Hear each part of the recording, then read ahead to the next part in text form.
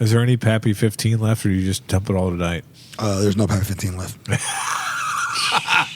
He stole my ounces of Pappies. Stole them. He stole them. Next year we're doing 12 ounces.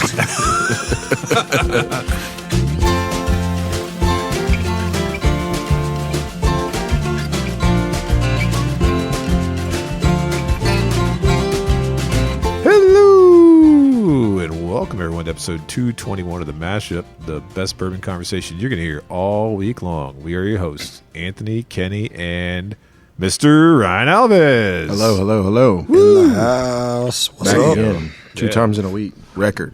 It's a record here on The Mashup, and we're happy to have you back for another episode. And today, the purpose of this episode is for us to do a couple of things. We are going to be revealing our top 10 and whiskey of the year, the 2024 blinds. And we're also going to be doing a little bit of analysis on this, kind of talking about our scores, the rankings. We might do some blinding, right, Kenny? Of course. Of course. There can't be an episode without I'm some here, drinking, so right? you know. We're going to do all kind of things, but what we wanted to do was separate from what you guys heard on Tuesday, which was the... It was you only heard about half of it. Yeah. Patreon coming soon, and you hear the other half then. Yeah, I don't know. I don't even know about that. We'll have to figure that Yeah, out. maybe for the $100,000 tier. Yeah. We'll have to do some deep dive editing on that one still and look at it. So that was actually about 2 hours and 40 minutes of conversation. And if you guys notice, that episode is about 1 hour and 17 minutes. So that was a fun edit. But it was nice to be able to kind of expose y'all to the way the banter goes, the table talk, how we rank things, what we're talking about, what we're thinking when we're drinking these whiskeys. So that was a lot of fun. That was the first time we captured that. Yeah. It's kind of hard with the way our old school wired microphones and everything's kind of in the way. It was a little bit tough, to be honest It's with hard you. because of this bleeping table Yeah. and what the bleep you got all on it. He's self-censoring. I love it. That's what makes it hard. Yeah. The wires, yes, but 50 sample bottles. There's and Kenny, what is the deal with that? If we ask you to move something, I mean, like even when I was the other day when we were doing the actual best of blinds you put and a that bunch of bottles championship, on my table. I put a bunch of bottles on the table, and certain things like when I took them off there, you kind of gave me side eye. Like you can't take that lime still water off there that's been over here the whole time I've known you. And then I brought that bottle of amaretto over that's like from 16 years ago, and that's got a medal around it and a wild turkey bracelet. And that has to stay on the table. It's part of the table, though. Yeah, part of the table. And there's corks. There's where's the pig at? I'd say it's right. No, it's a bull. It's right in front of Alves. The It's a black bull. Okay, yeah. That bull ever gets off this table, we're in trouble. Candle. Yeah. There's So about 100 sample bottles. I think you sold me short on 50. yeah, it does. It looks like a mix between. But he knows which ones are which. Like, you better not put one from the back row into the front row because I'm going to know. Oh my god! Ridiculous. Holy cow! Yeah. No. Kenny's definitely got his methods because who was it that saw a picture of the table and said, "Now I know how he gets his blind so fast." One of our listeners, Yeah. when he saw pictures, like now it makes I think sense. it was Harry, wasn't it? Yeah, he's like, I think it was he's Harry. trying to visual. Oh, it was Harry when he recorded down here. Yeah. He said I could never figure out how Kenny got his blind so fast, and then when he's down here, he's like, now I get it. So yeah. So what do y'all think? How do you want to? What a day, though, man. It was That fun. was a day. Yeah, It was fun. Do you want to talk The about episode that came out on It's been a fun Tuesday month. was just like a recording of what we did, but we didn't really talk. I mean, just a great day, man. Great month, too. Yeah, it was a good month. It was fun getting together. We couldn't bring, unfortunately, the microphones to White Castle. Y'all saw those antics. White Castle at 11:30 at night in Lexington, Kentucky is a really fun place. Yeah. And Kenny knew multiple people there somehow. Of course he did. I did. I knew the manager. Kenny's like the mayor over there. It's like at first when we walked in, you could tell everyone was annoyed. They're kind of like, "Oh God, what are these guys doing?" Then we started ordering, and then Kenny's like, "Hey, I know you." And the guy's like, "Oh yeah." Well, whole tone I changed. actually knew his actual twin brother. Yeah, I was like, "Is your brother Keith?" He's like, "Yeah." I'm like, "Oh, I don't know." So we started talking. So. yeah. Pretty. I looked over at one Thanks, they point. didn't spit in our food. Yes, no doubt. Ordering $100 of the White Castle at midnight. Yeah. Someone conveniently didn't have his credit card with him either. That's true. I do owe you still but some of that was Anthony's, so I mean, let's be all right. Hey, thank you guys. I mean, we've talked about the fact that I can't with my I own ordered food. Anthony's too. Actually split his, yeah. Thank you, guys. I'll Venmo you later. We're going to keep that streak going. Yeah. 2025, you never order your own meal. Oh, goodness gracious. So do you want to do a reveal first, or how do you want to? Kenny, I want you to take some ownership of how you want this to unfold, sir. Because where we left off, our listeners in suspense was we were all guessing. Right? Things that we thought things were, and we gave all the scores. So we did give scores. Yeah, all the scores went down. And so there was numbers and rankings, but nobody knows what those numbers and rankings are other than the ones that we guessed. And I can tell you guys, Caleb was dead wrong about his Weller Millennium claim. Yeah. All right, so maybe we'll just start with just count back 10 to 9. 10 to 1. Yeah, I think 10 to 1 reveal. Okay. So one thing I will say is, and we might have talked a hair bit on it, but who knows whereabouts it was in the conversation. So it might have got edited out, and I have not heard the Tuesday episode yet because we are recording this on Monday. Just there you go. That was in good hands though, so don't worry about it. But losing my voice, guys. I don't know if y'all can tell. I've had a rough 3 weeks, 2 weeks. My voice, my throat. But a lot of people, like when they do their blinds, it just, I don't know if they do 15, 20, 30, do top 100, do whatever. And whatever they score is what they score. And I heard a lot of people ask, why we do the championship round. And that's, it's really because it's kind of like just think about most of your sports. I mean, your actual regular season record is not who the top rankings are. You have a tournament. And I looked back through all my scores, and I think I had 3 that scored a 9. I think I had 6 or 8 that scored like an 8.5. I had 7 or 8 that scored an 8. Well, if you put all those 8.5s together, and I re-drink them only with each other, not comparing them to 54 other whiskeys, they would not all score the exact same. Mm-hmm. So that's why we basically, you as a whiskey, you have to stand up strong enough during the preliminary rounds to get a good enough score to move on to the championship round. Mm-hmm. And the championship round is just really when you're drinking better whiskeys next to each other. That's how you can kind of discern better, because we might have had a $30 bottle sitting next to a $500 bottle next to whatever.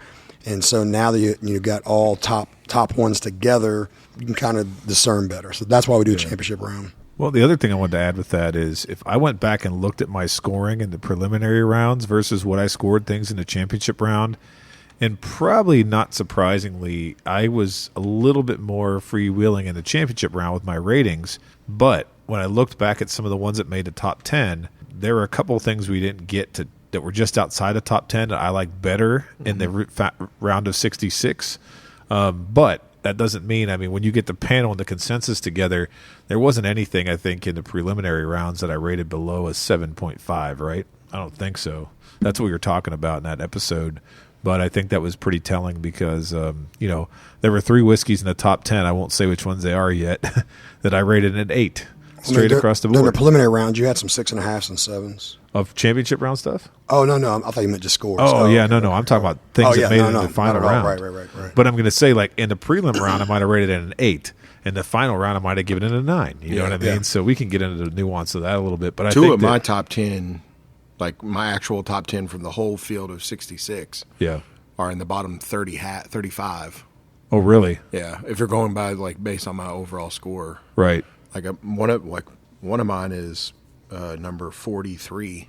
Okay. I have a 9 at 43. Well, there you go. And a 9 at 35. Right.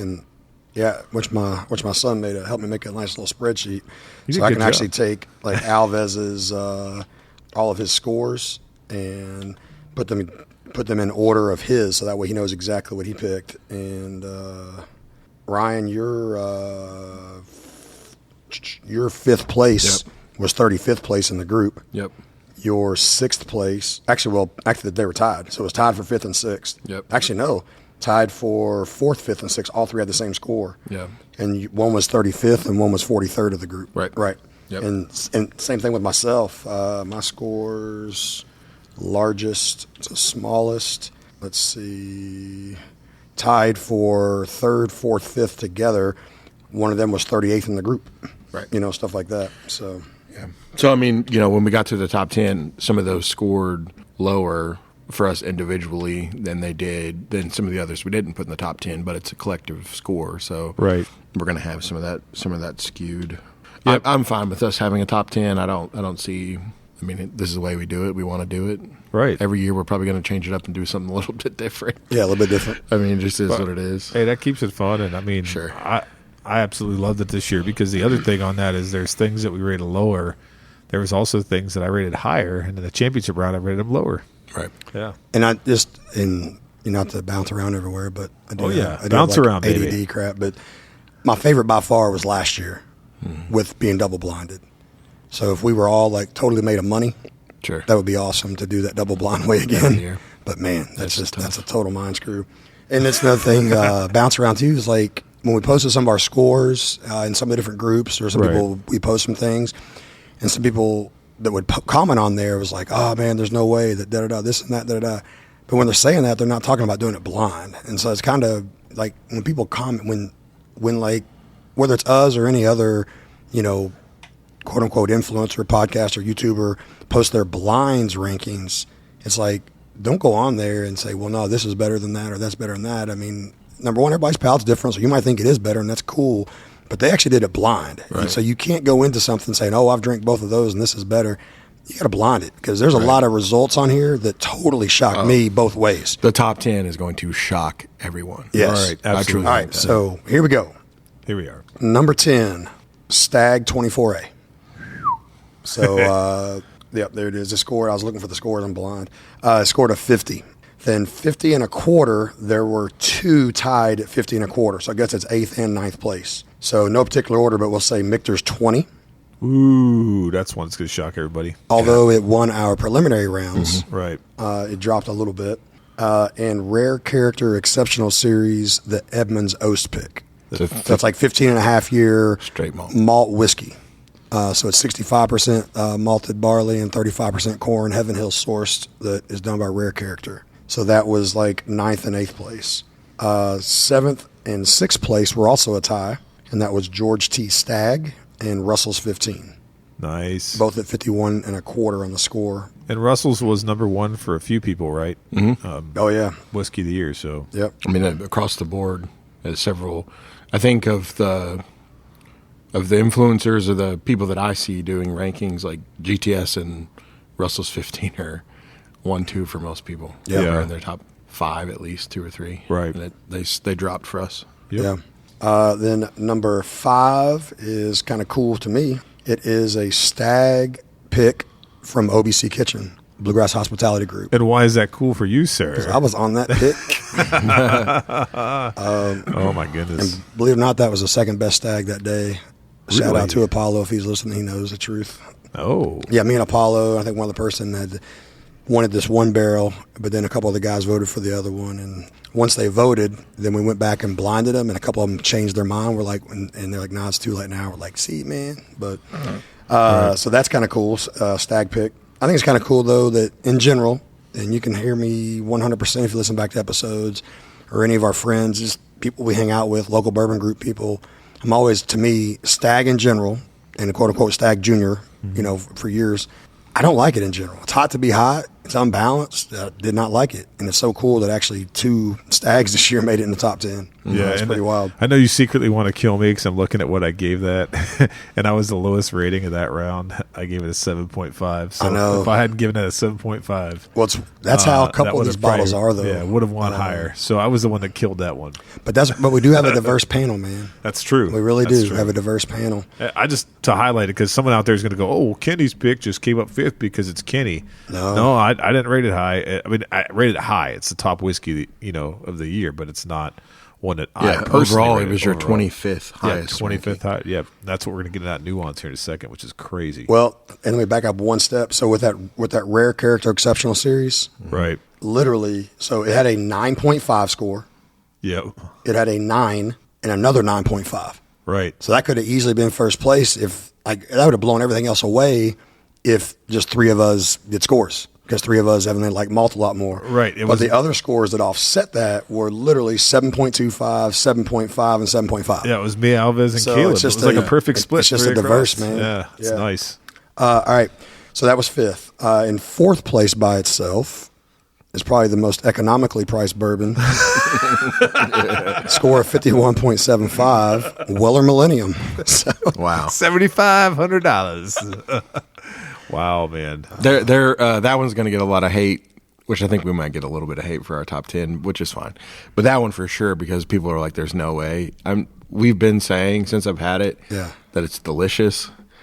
It is not worth $7,000 or whatever we pay to get it. but it is delicious. But it is delicious. So like last year's that For sure. Daniel Weller Yeah. was disgusting.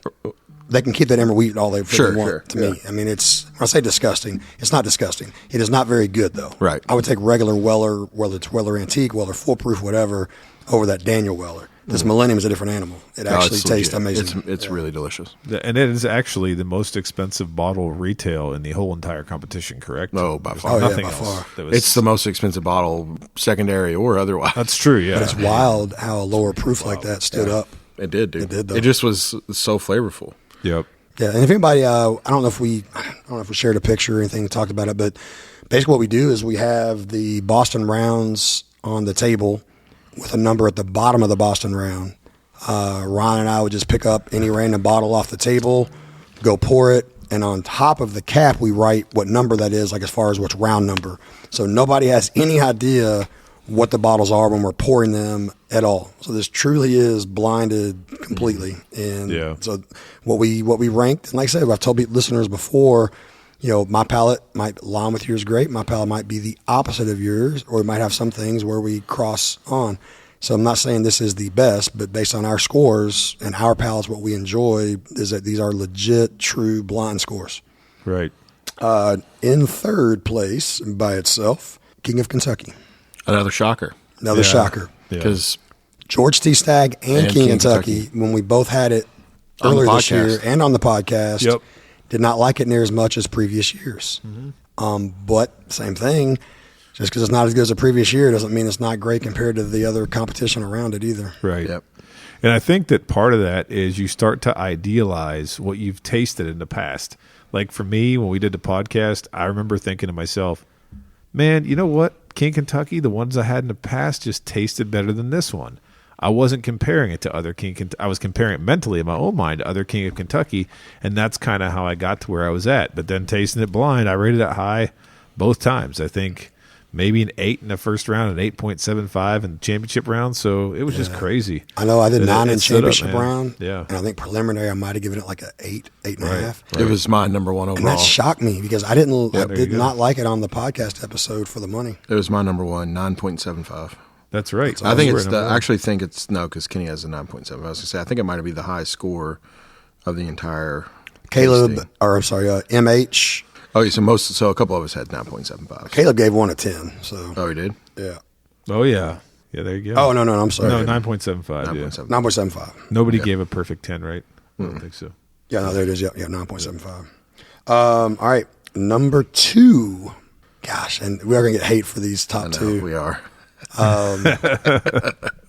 Whatever, man. I can be the voice of reason here. Yeah, I mean, Yeah. blind is blind, and I've said that, and I will say that, and I will say it again.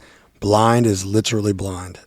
These are black Glencairns we use, and we pour them all in advance. So I mean, it is what it is, man. So number 2 is an old Louisville 18-year hazmat American whiskey pick. It's got the Hurano pick on it. I was on that pick with Ryan, so I did help pick that, I will say. 2 men at the table helping But- the pick. Ron's, it's Ron's pick. In this corner, the heavyweight champion of the world. Okay, But- I'll stop. That was scored a 55 and a quarter. I didn't think it was scored that high. And that's one I gave it a 8.75. That was my third lowest score for the Really? championship round. But everybody else just loved it that much more. Do I remember? I think it was that one that everybody just kept talking about the nose. The entire you just kept talking Right. about 10's nose. It was number 10. Right. We kept talking number 10's nose, number 10's nose. It just was hitting. And I was a skeptic. Remember when I was like, oh, that's fire. I was like, it's Yeah. like campfire. It's burning Yeah. this and that. And then as it opened up, as it sat in the glass, and Yeah. as I sipped it more, I really enjoyed it. I was with Kenny. We were both 8.75. So that for me was my 5th ranked whiskey overall.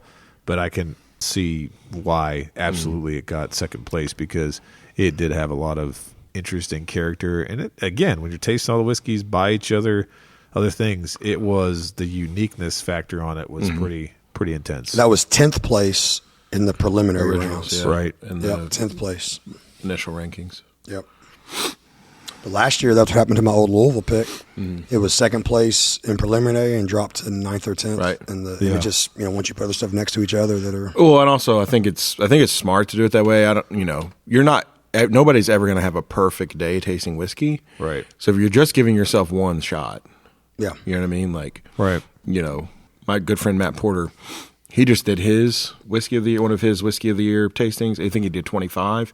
And he even says, like, if I did the same thing on another night, these rankings would be completely different, I think. Right. Yeah. And I think that is something that, because we break it up and do several days, if you're having an off day, you could tank the entire thing in a group of 6. Yeah. Like, truly.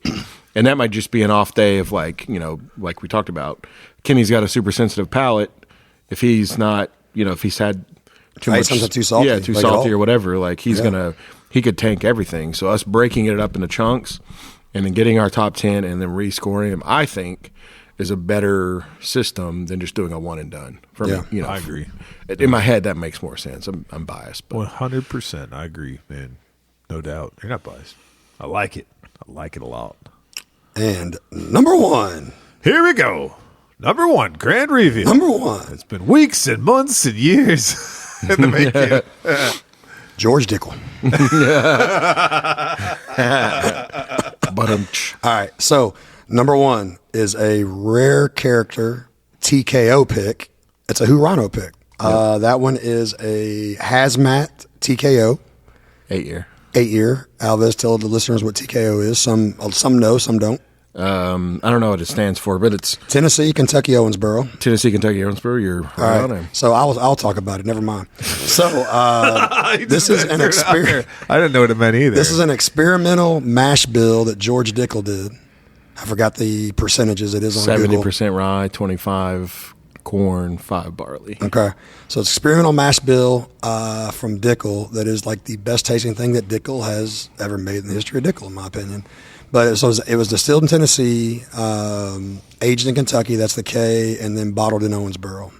So that's what TKO. It's what you told me before, bro. No, it's that. It might be opposite. It might be aged in Owensboro, bottled in Kentucky. Is that what it or is? Or something. Then? I don't know. I don't know what the O. The O is Owensboro is what you told me before.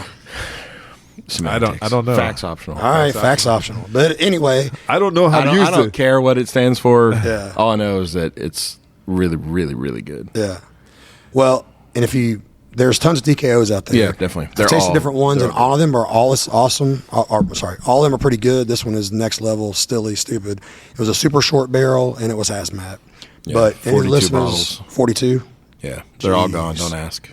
I love you all, but they're gone. Don't ask. I got. Hey, Ryan, do you know if you could hook me up? Would you take a King Kentucky for one? Nope. Would you take 2 King of Kentuckys for one? No. Would you take? All right. But they have pink wax on top, right? That's what they're gonna be pink wax on top. So that's the list. So if anybody's just wanting to hear the list, now you can turn the podcast off. But we're going to continue to talk for a little bit and have some fun. But Do not shut this podcast off. And actually, while we're talking now, I'm going to pour some blinds. I've got 3 blinds. All right.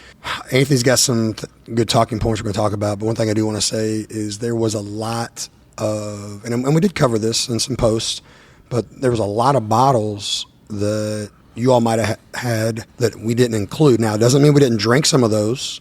We just, like, for example, there was not an Elijah Craig barrel proof batch in this year's. Well, that's because we just didn't feel that they were very good this year. And we have an Elijah Craig barrel proof pick that was done that honestly tasted a lot better, and it beat every batch in a blind. So we're like, we're putting that one in instead. And also, with our list, we do include a lot of barrel picks. So some of those, some of the top 20, top 50, top 100 lists you see are not single barrel or not barrel picks like we do, because they're trying to hit more like what mainstream can get. But we just want to talk about what the best whiskey is. Yeah, I mean, we just pick good barrels. Yeah, I mean, it straight is. up. Like I'm not going to feel bad about that. Not at all. Not that I'm, we did a blind. It's not biased. We're not pumping something. The TKO literally isn't available for anybody to get. So it's not like I'm trying to, Yeah. inflate the value or something. And I can jump in here and just say that I won't go into detail, but I'm a mediocre. I was a fanboy of Rare Character when they started. Then I kind of cooled off.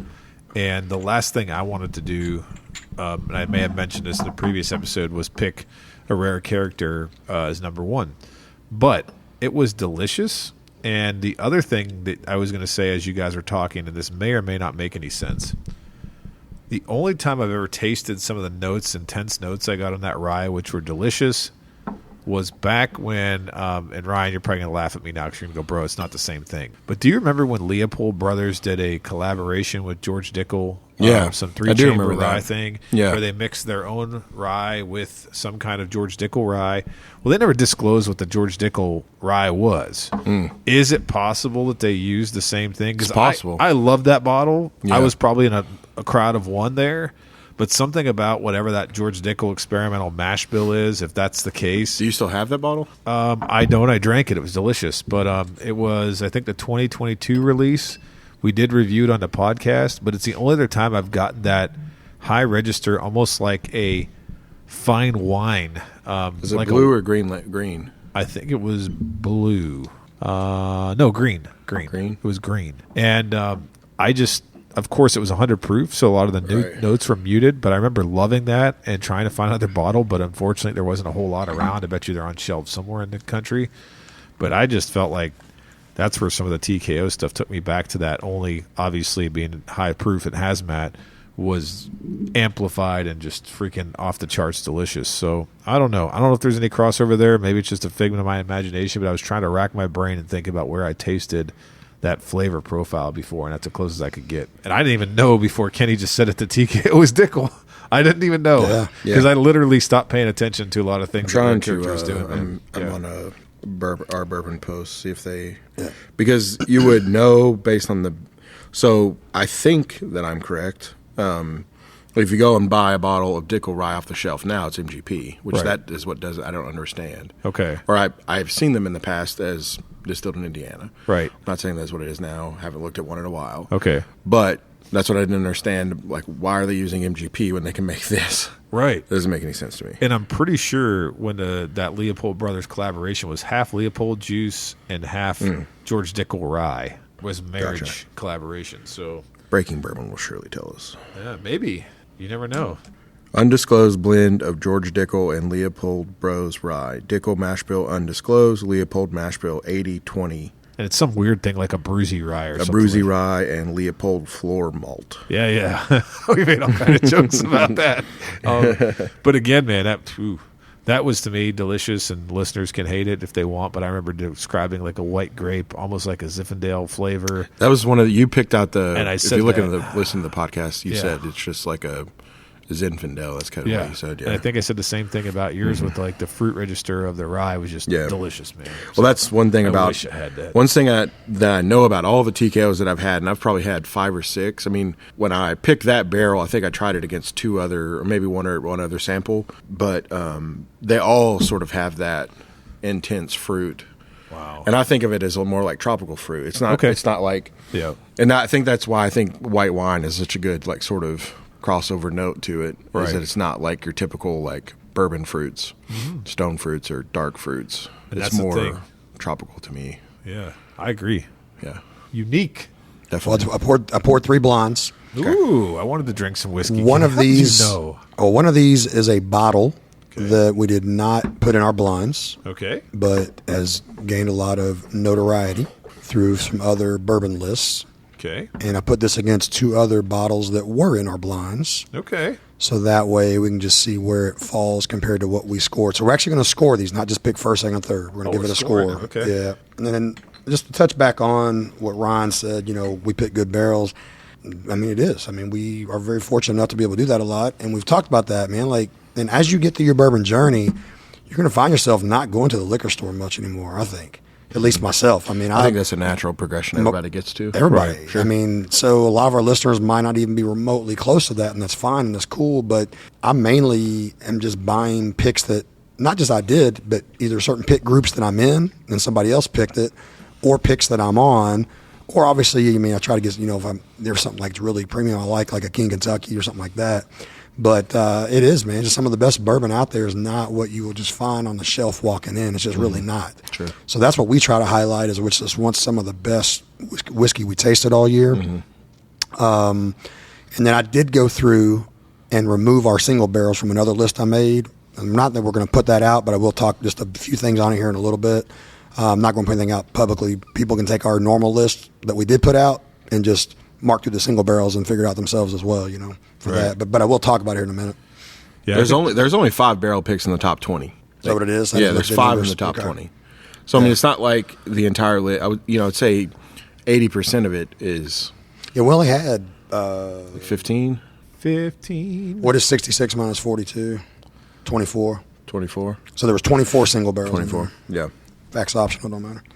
But no, I mean, it's just that's what anyway. we're talking about. I know that there is could be some criticism or people kind of just because I picked it doesn't mean that it's ineligible. Like I don't, you know what I mean? Like we're putting it in there because it's good, not because it's my pick. Like I could have done an entire top 100 of just my picks. Like I don't, you know what I mean? Like that's, there are other ones that next year, good idea for next year, right? There are other ones that, that I've been on that I thought were awesome, but they didn't go in. But following up on that, right? How many TKO releases are there? Do we know? Less than 30. So less than 30. And guess what I see everybody always in search of, all the secondary groups and everything, in search of TKO. Yeah. So even if we take your single barrel out and just talk about that series of whiskey, it's a solid series of whiskey, and they are floating around. It might not be your pick, but there's a lot of picks out there. Yeah. I think, and when we start to curate the list for toward the end of the year, we're trying to give it some variety also. So like most of the entries are bourbon.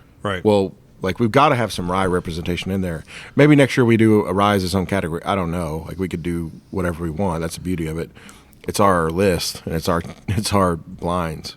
Right. So we try to give it variety. So I don't know how many rare character picks I did this year. A lot of them were really good. This one was just my favorite. It was also gave us something that we didn't have in the whole flight. It fit sort of, what we wanted for the whole encompassing thing. I'm not going to feel bad about it winning. Yeah. And, no, absolutely. You shouldn't. Well, what we did too. So last year, so 2023, what won was the 14-and-a-half-year-old rare character exceptional. Right. I had 4 different barrels of that. We only put one of the 4. We said, but I think we'd have put all 4 in. They'd have been 4 in the top 12, but we didn't. Right. This year was the same thing. The Edmonds Oast was in there, but we had like 7 or 8 of those 15-and-a-half-year ones, and we only included 1. So we do have to. We did do 2, I think, on that this year. We did 2. We did 2. We did 2, but we don't. But we try to include variety also. Yeah. Yeah. That's great because that was the day I came over and found you guys pretty deep into it because you blinded 8 hazmat malt whiskeys and y'all were feeling no pain when I saw 130 to 139 proof malt whiskeys. Yeah, just trying to pick out the top 1 or top 2. Yeah. Go back to what you were saying about adding things in here. I heard a lot of people talk trash about Heaven Hill grain to glass rye, saying it wasn't good. And to me, I rated that in the blinds. I'm looking real quick, not to bring that one up. I rated it a 7.5. It's a good whiskey. Mm-hmm. The other day, with all the snow we've had, my wife made this dynamic hot chocolate, right? And so dynamic hot chocolate. Did you mean to say dynamite? It was dynamite, dynamic, you name it, right? It was amazing. Okay. So she said, you gave it a 7. Okay, I gave it a 7, but still, that's a solid score. I gave it 8.5. Give it 8.5. It's a tasty whiskey. So I told her, I said, "Hun, I'm like, you're not going to believe this, but wait a second." I went over and grabbed like about 3/4 of a shot of that rye. Most people are like, what are you putting a $100 bottle of rye and hot chocolate for? Because I put it in there. I handed it to my wife. My wife's not a bourbon drinker, and she went, "Oh my God, this is amazing." So sometimes, again, if someone out there is listening and said, "Yeah, I enjoyed the Heaven Hill grain to glass rye too," our palates might match, right? And that's another thing that just to take into account. And when we talk about variety, for us, there were people that I know that really like the bourbons.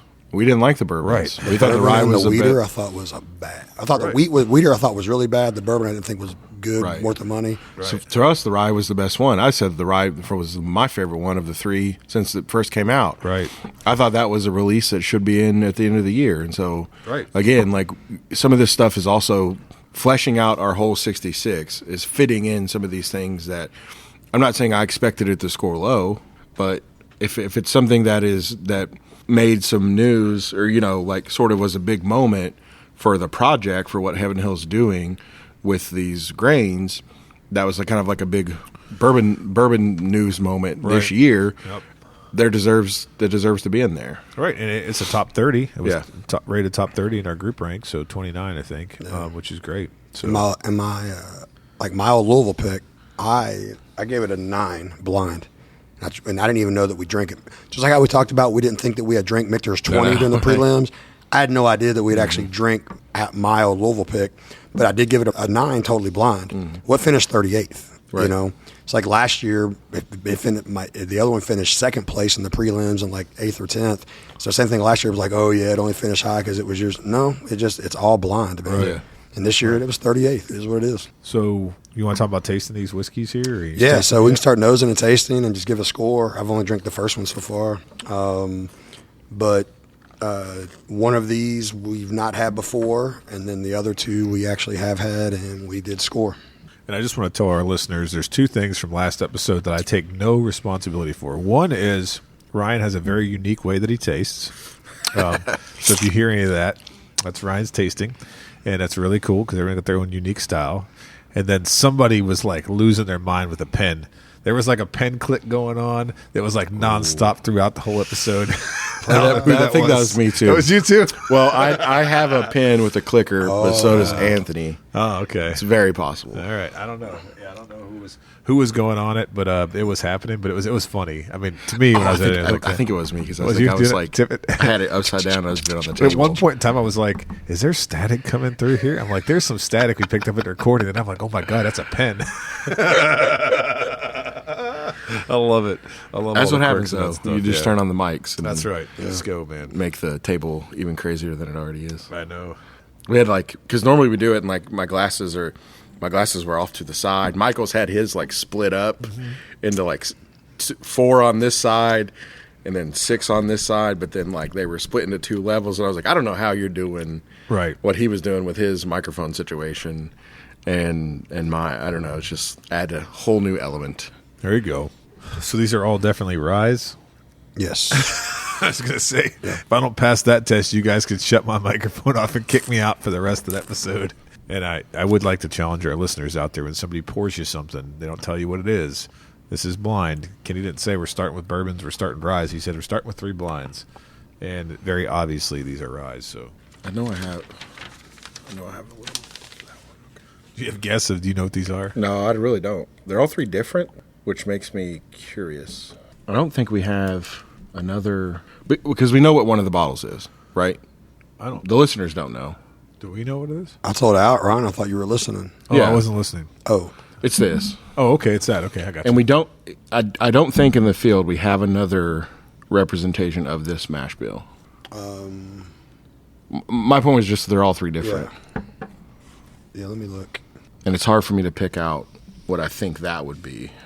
You guys are probably sitting here thinking to yourselves, like, what's this idiot talking about? We just told him that we're tasting Ryan. I'm like, I wasn't paying attention. So there you go. You were listening to the intro from Tuesday. That's right. What a great Jordan is ridiculous. I know. I didn't. Does it stay at MGP? Yeah. Indiana. Oh, okay. Yeah. I didn't know that. Okay. Yeah, that's what I was saying. Oh, it's we not didn't have even another. okay. We didn't have another Indiana rye whiskey. Oh, it's nice and punchy. Oh, we did. Oh, we did. Ooh. What's that one again, Yeah, George? we do have Nickel? the Raconteur rye, Yeah. but that's it, right? Right. Okay. But the Raconteur is finished, right? Yeah. Yes. That'd be interesting if you threw Raconteur in here. I wouldn't. Man, It doesn't I didn't. taste like It doesn't taste like it. No. It's another mini, we're back at the blinds again. I know, right? Didn't have enough over the last month. Yeah, I'm going to stick to my ratings, too. This is interesting because I've never done, I think, rated blinds with the 3 of you. I know you and Ryan do it all the time, but I don't remember unless it was the night we were hanging out. We don't usually rate. We just talk about what we like the best. Yeah. I don't typically rate them. We might rank them. Yeah. Say, Yes. what you like best. The only reason why we're scoring just to see where that falls at. I feel like I'm going to be high coming off the best of round. I feel like I'm low. Well, maybe. Are you ready? All right, so the blind that we've not had that is in here, or the bottle that we have not had that is in here, is the Nashville Barrel Company, the Nashville's finest small batch rye. That is one that a particular influencer rated incredibly high. Fred Minnick.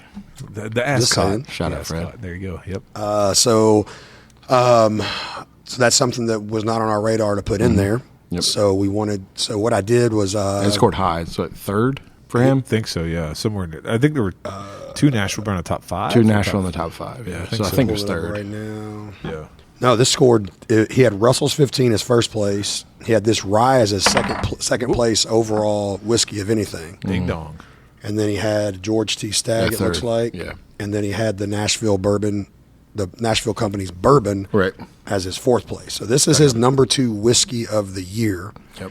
So I got it last week, tasted it, thought it was good, but didn't blind it against Yeah. anything. So what I did tonight, I poured it against 2 other ryes that we did. Okay. I did pour it against the Jack Daniels End Alzheimer's rye pick Okay. and against Raconteur Rye Batch 2. Really? So I did not take this against any of our top 10. It is a rye, and when you can tell it's a rye.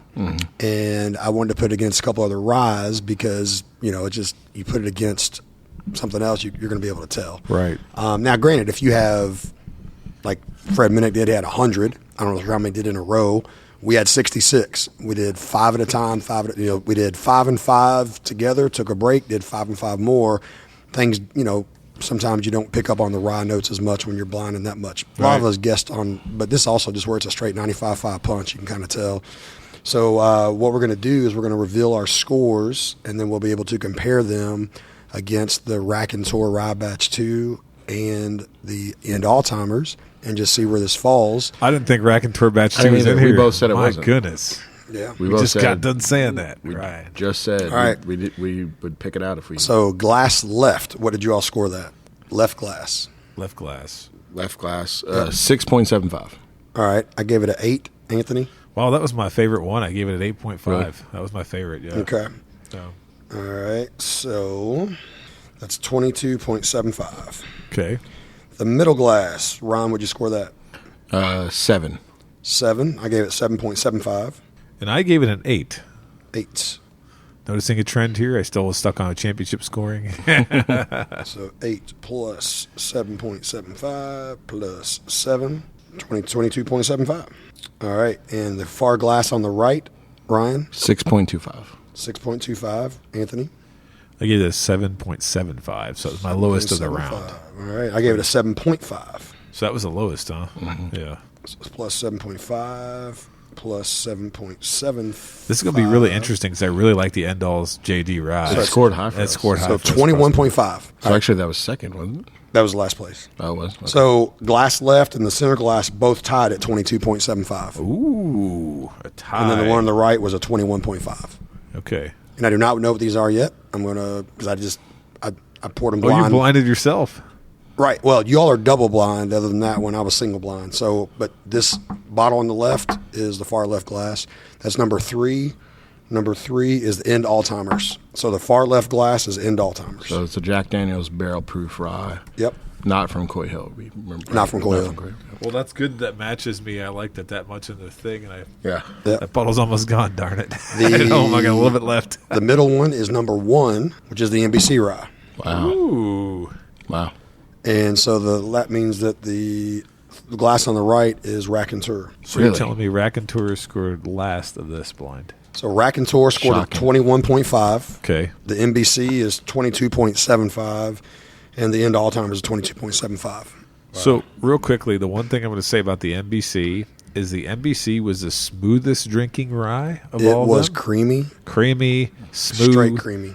sugary. If I can say that about a rye, that was the sweetest I wrote. But then I said it kind of fell off, and it didn't have as much punch as the others. A great front, but it did not have a long finish and Yeah. kind of fell off that way. Yeah, the punch. If the middle and end was half as good as the front, I would have given that another 1.5 score at least, I would say. So basically, all right, here's the thing, though. So this Nashville was, I think, a $70 rye. Mm-hmm. Right. The Jack Daniels rye was 99. No, 79, I think. The bourbons are cheaper. I thought the ryes were more. Well, no, I think it's a recent thing. I think when we got those ryes, they were only $8. What, $80? 85. Okay. I mean, I'll look real quick. I'm pretty sure because I think I got one of each. They were for charity, so They might have been a little more. they might have been a little more. I can look, though. And then the Raconteur is the most Raconteur's $130. Wow. $120. I will tell you, I love Raconteur rye, though. I do, too. I'm a batch 1 guy over batch 2. Right. But I think they're both really good. And I drink the crap 85, out of 85.99, $25 of that went to Alzheimer's, though. Wow, nice. So Now, if we the look, cheapest, Okay. now the Jack Daniels during the $60. preliminary rounds, Scored the highest. I gave it an 8. Tonight I gave it the Raconteur. I gave it a You'll find it, Kenny, one of these days. yeah. I don't know. All right, but anyway, all right. So I gave the Jack Daniels a 7 originally. I scored it a 6.75. I gave Raconteur Rye an 8 originally and scored it tonight a 6 point. For some reason, it tasted very young to me. what? So here's what I It was trying tasted to. sort of grainy to me tonight. I lost my train of thought, but now I got it.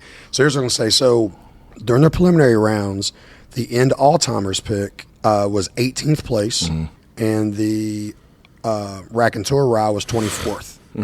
So tonight, with all three of us, end all-timers was 22.75, Raconteur 21.5. So our rankings tonight follow the exact same flow as our rankings in the prelims. I did an 8.5 tonight on the JD, and I was an 8 during the round. Yep. And for Raconteur, I was a 7.5 during the championship, or no, sorry, during the prelims, and I was 7.75 tonight. So I was right on it. But we still follow the same trend of where the JD just finished a little bit above the Raconteur. Right. So basically, that for the JD, it scored 18th place. So, and tonight with us, the NBC tied at that. Right. So that's why I did not blind this NBC against our top 10 because it just can't do it. Middle of the pack, though, sounds Solid. I mean, so you're talking about 40, a $70 bottle. between 25 and 35 or something. If it was in the main blinds, a $70 bottle would probably be 16th to 21st place out of 66. That's high. So that's in the top third. So $70 bottle in top third. Kudos to them. I'm not gonna. Everybody's palate's different, but I can't imagine this being anybody's number 2 whiskey. To be honest My with you. compliments to Chef Heinz. For $70, it is solid. Yeah, definitely. Definitely, that would be in our top third. There were other, I think, ryes that came out this year that.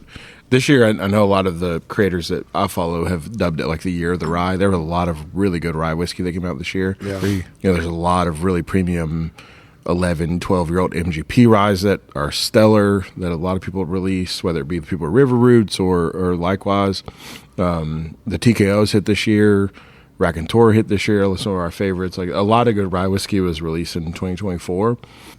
For this being one of the cheaper ones, kudos to them. Man, really good. I don't think it's number 2, but Yeah. wouldn't be mad at $70 at that at all. Oh yeah, I would. At all. If this was the traditional episode, which we probably need to give it. I guess we gave it a score, so we can use that score. Right. But this would be definitely a buy. Like Definitely. this would be an all day long buy. Right. If this was a traditional past try by episode. Is this still available, or did the avalanche of popularity from Fred Sold out, and I think they're gonna. He pulled it off, and I saw a post where he said he's gonna wait till the dust settles, and they'll put some more back on the website. Okay. But yeah, he had a lot on the website ready for to buy. Yeah. Well, Shout out Michael Hines. Yeah, and we didn't even talk about it, I guess, much. This is 112.4 proof. This is a blended small batch because a lot of the NBC stuff's always been single barrels. So this is a blended batch, and they blended it beautifully. I thought it was just super smooth. Like it didn't wow me. There's nothing I'd say bad about it. It was from beginning to end was just sort of No ethanol pop, nothing harsh. was sort of just steady, creamy. Yeah. just a steady, sort of mid. Yeah. I don't know. Definitely, if you're not into rye, I think you'd still like that because of it's not as punchy of a rye. I did not think that was the 95.5. Yeah. No, I didn't either. No, I totally didn't drink like that. Oh yeah. Oh yeah. All right, so now moving on.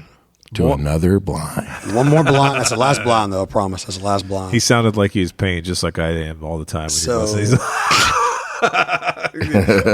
it's like we got an episode outlined. Kenny's like 6 blinds later, an hour and a half later.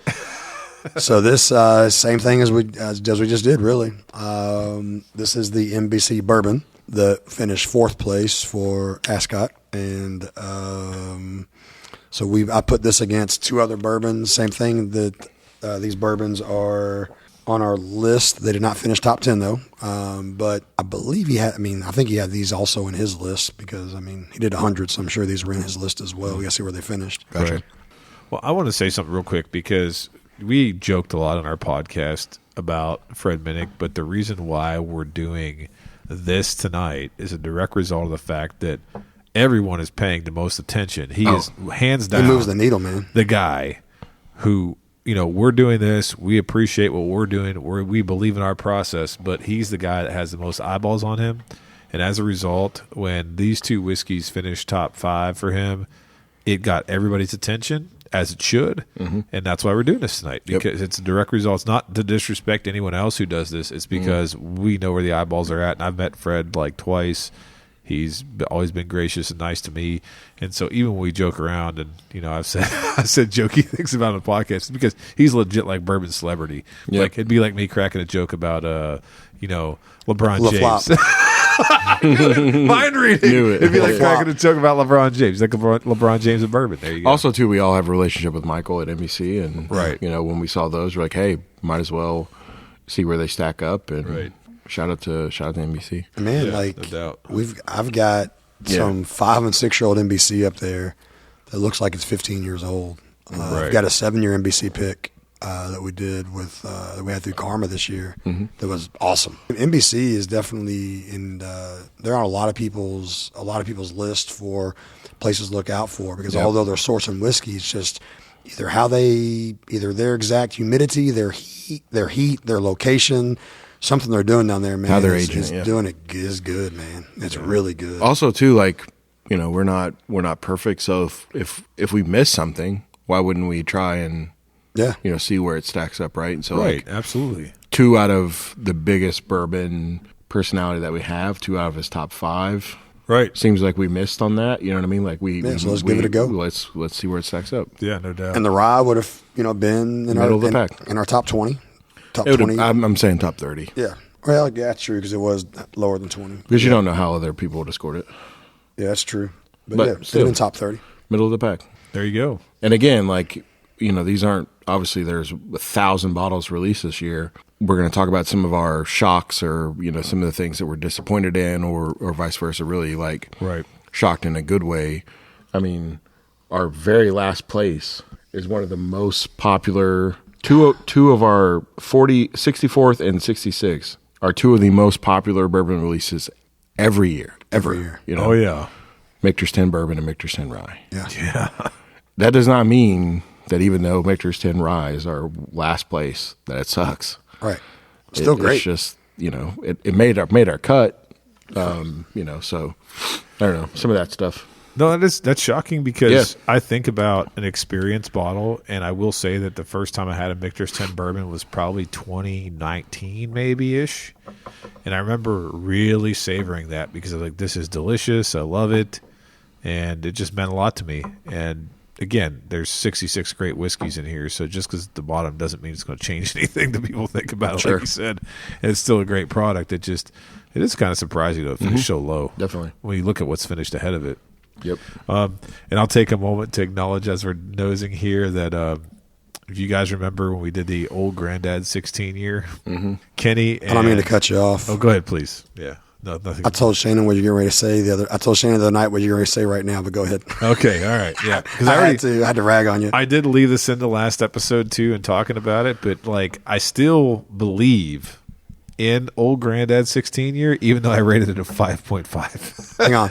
Out of 66 whiskeys we tried this year, that was my lowest ranking. That was Anthony's 66th place. 66th place. It was my last place. It happens, man. And on this podcast, I was a buy, and I did go out and buy. I finished one bottle, and I drank one bottle, and I have 2 other backups.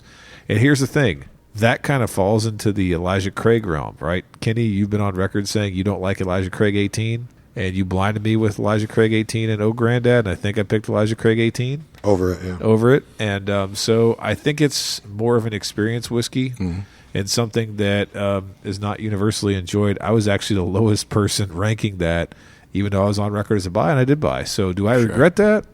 I mean, it was $200 a bottle. I don't necessarily regret it, but again, when you're tasting against 66 whiskeys, that's when it really how you feel about it. And look, I think there's going to be it's an unreal expectation that every time you drink something, you're going to absolutely love it. And it's going to be the best thing ever, right? Like it's not going to work that way, right? And so there have been certain things that have super hit for me. Mm-hmm. Obviously, we saw it with King of Kentucky. You guys weren't filling that bottle. I had it at against a bunch of other crazy stuff. Right. Released at a couple weeks ago, maybe 3 weeks ago, and I even thought, I was like, man, it's just not what I remember. And look where it's at, 3. Right. You know, and it was my high score. And if you'd have told me 3 weeks ago that King of Kentucky would have been my highest score of the year, right, I'd have said, there's no way. There's no way. Especially not that bottle that we had. Yeah, sure. Because there's so many different single barrels of that. Yeah.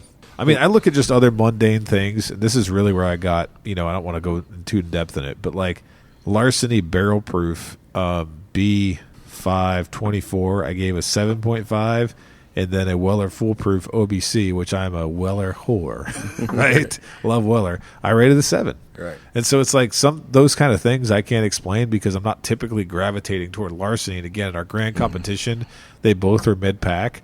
But it's just crazy to me that I picked it like that because I don't think I'd ever say that or feel like that any other day of the week. Yep. So, yeah, I'm totally with you, man. You guys are moving faster than I got to start drinking here. No, I haven't had it. I haven't tasted it. I've just been nosing.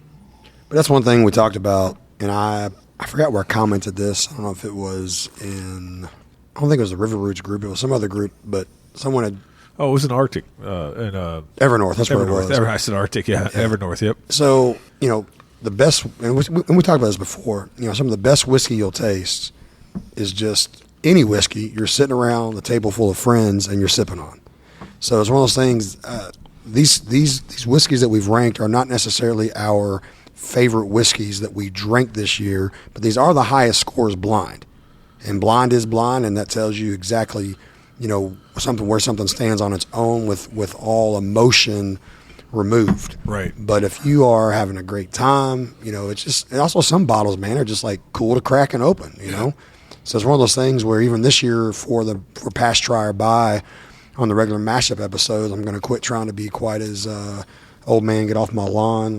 This doesn't compare to a Elijah Craig Barrel Proof for $70 kind of person. Because some bottles are just cool because, you're cracking them open and getting to enjoy them.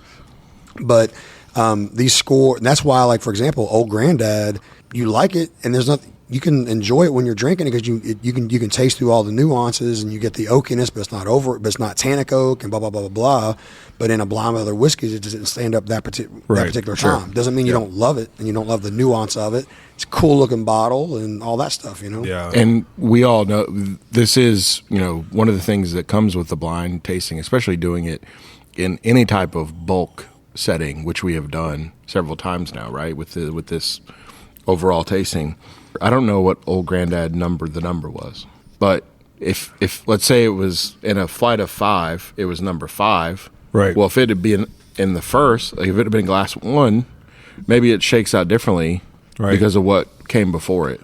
You know what I mean? Yeah. There's some of that there's when you're comparing next to each other. Michter's 20, which was our number 1 whiskey going into the championship. Yeah. I would have said would have probably been the odds-on favorite to win. Was our very first sample of the night. In the top 10. In the top 10 was our top 10. Our very first sample. Oh, it was, wasn't it? Number 1. It was. And if it wasn't number 1 slot, who knows? We had each had one pour at that point. Right. We had a warm-up pour, and we did it based on an older or another submission just to give us a baseline of, and I think it was a 7 or something. Right. One thing I do have to say though, when the listeners heard the Tuesday episode. This is just me tooting my own horn because I don't get wins in the room with you guys very much. I was stalwart that I liked that whiskey. Yeah. I gave it a 9, and he panned me. Kenny just panned me on that. He was like, oh, come on. But I was the highest score on You that. gave it a 9, yeah. Yeah, I gave it a 9. Yeah.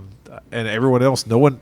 I didn't think it was Mixers 20. I never said that at all during the episode. Yeah, but it was really weird because everyone was guessing that Mixers 20 was something different. I think it was number 4. I get a 7.75. Yeah. So the number 4 is crazy. Number 4 is nose. And number 4 is taste. That's why I thought it was Mixers 20. No, it wasn't. No, it was King Kentucky. It was King Kentucky. Yeah, it was right. Hey, it's the same group though. If we believe, but another, you know what I mean. Like, but what I'm saying is, if Mixers 20 would have been 5th, right, or 6th, or 7th. 7th is what. But I did go back and drink it 3 to 4 times though. Yeah, but I mean, you're still you're tasting, then going back, tasting, going back, like. Yeah. And I know you went all the way to 10 before you went back to 1. Oh yeah. So I like if you'd have repeated the process a couple times, I think we see the numbers shake out. Yeah. You know, that is one thing that can. I'm not saying it's a bad thing about blind tasting, but in a flight, right, it matters. It's going to matter what you have before and after. And now, when we're all sitting around the table and we just open the Mixers 20, my God, it's so good. Oh yeah, right. And that's the difference in opening something just to crack it, and this is awesome, and we're all hanging out. Even the stuff we hate, right? You know, like I wouldn't trade us, you know, us all trying fresh together for anything, right? Like that moment, right? And I hate that whiskey, but I wouldn't trade that moment. Like that's it's funny seeing everybody's face. Yeah, it's like because everyone you answer is like, remember back in junior high. Yeah. And somebody vomited? Yeah. And they poured that stuff on it? And they were all laughing. We put it in Kenny's coffee. Yeah. Anthony, you jerk. And you knew it was there. I guess it was there. Yeah. You know, one more thing to add to that is Pappy Van Winkle 15. When we opened that on the podcast, it even had Kenny believing. He said, you know something? I've disrespected the whiskey. You didn't say it like that. You just said, I've, said what I've said about it over the years, and you actually enjoyed it. And we were saying that we were buying up to a certain amount. Where did it finish in the competition? Halfway through, right? Like around 30, right? Isn't that where it's at? 33. And it had solid scores all the way through. Everybody gave it a 7, 7.5, 8. Nobody was wowed by it. Yep. But again, if you open that bottle with friends, everyone's going to say greatest day ever, greatest moment ever. But if you got in a big blind like this, I think that's what, knowing Kenny, right? And he was the newest of all of us in our whiskey journey. Maybe other than... I think Caleb a little bit after me, or about the same time. About the same time. Jordan about the same time, maybe. Jordan a little bit before me. Caleb. I don't know, man. I don't think so. Yeah. Really? Yeah, Jordan was probably like 2021 or 2. Maybe 1. Maybe 2021. Really? Yeah, because I did a barrel pick with Jordan 2019, and he was not on the same level. Yeah. But regardless, I think that's what makes it so fun, and we can do this blind tasting and rankings. I was going to say a minute ago, and then I lost my train of thought. But we do drink a lot of bourbon and whiskey without blinding at all whatsoever, zero. Right. Because that's what it's truly, truly about. Now, I enjoy the blind because in today's world of marketing and advertising and creating a scarcity and influencers and whatever else, I want to see what actually stacks up for the money against what. But, man, just the absolute best times are when we sit around and just literally just hang out and chill. Kenny's got a blind because of how much money he spends. Right. I mean, if you're as active as he is, you're an idiot if you don't. My wife can't listen to that. Just saying, but, I mean, she ain't an idiot either. She knows. But you know what I'm saying? Like if you're, like it's just a necessity at that point, right? But that doesn't mean that we love it, and I think if you're truly comparing one thing to the other, that's the only way to do it. Doesn't mean it's the best thing about it. Right. I get tired of it sometimes. Oh, absolutely. I just like sitting 100%. Back and drinking it. I don't know. Blasphemy, Ryan. Blasphemy. Well, spoken like a boy from Lawrenceburg, right? That's right. And that kind of brings it back to two things you just said. Even though something up here is ranked, in the round the 20 to whatever, you're like, it's in our top 30. Yeah. You said the other day, or said earlier about Matt with ADHD. He's like, I could re-blind these and come up with a different score. Don't look at it like a number 1 versus a number 4. Right. Don't look at number 7 versus a number 9. Look at like maybe the top 10, then the top 20, top 30, or top even 15 together.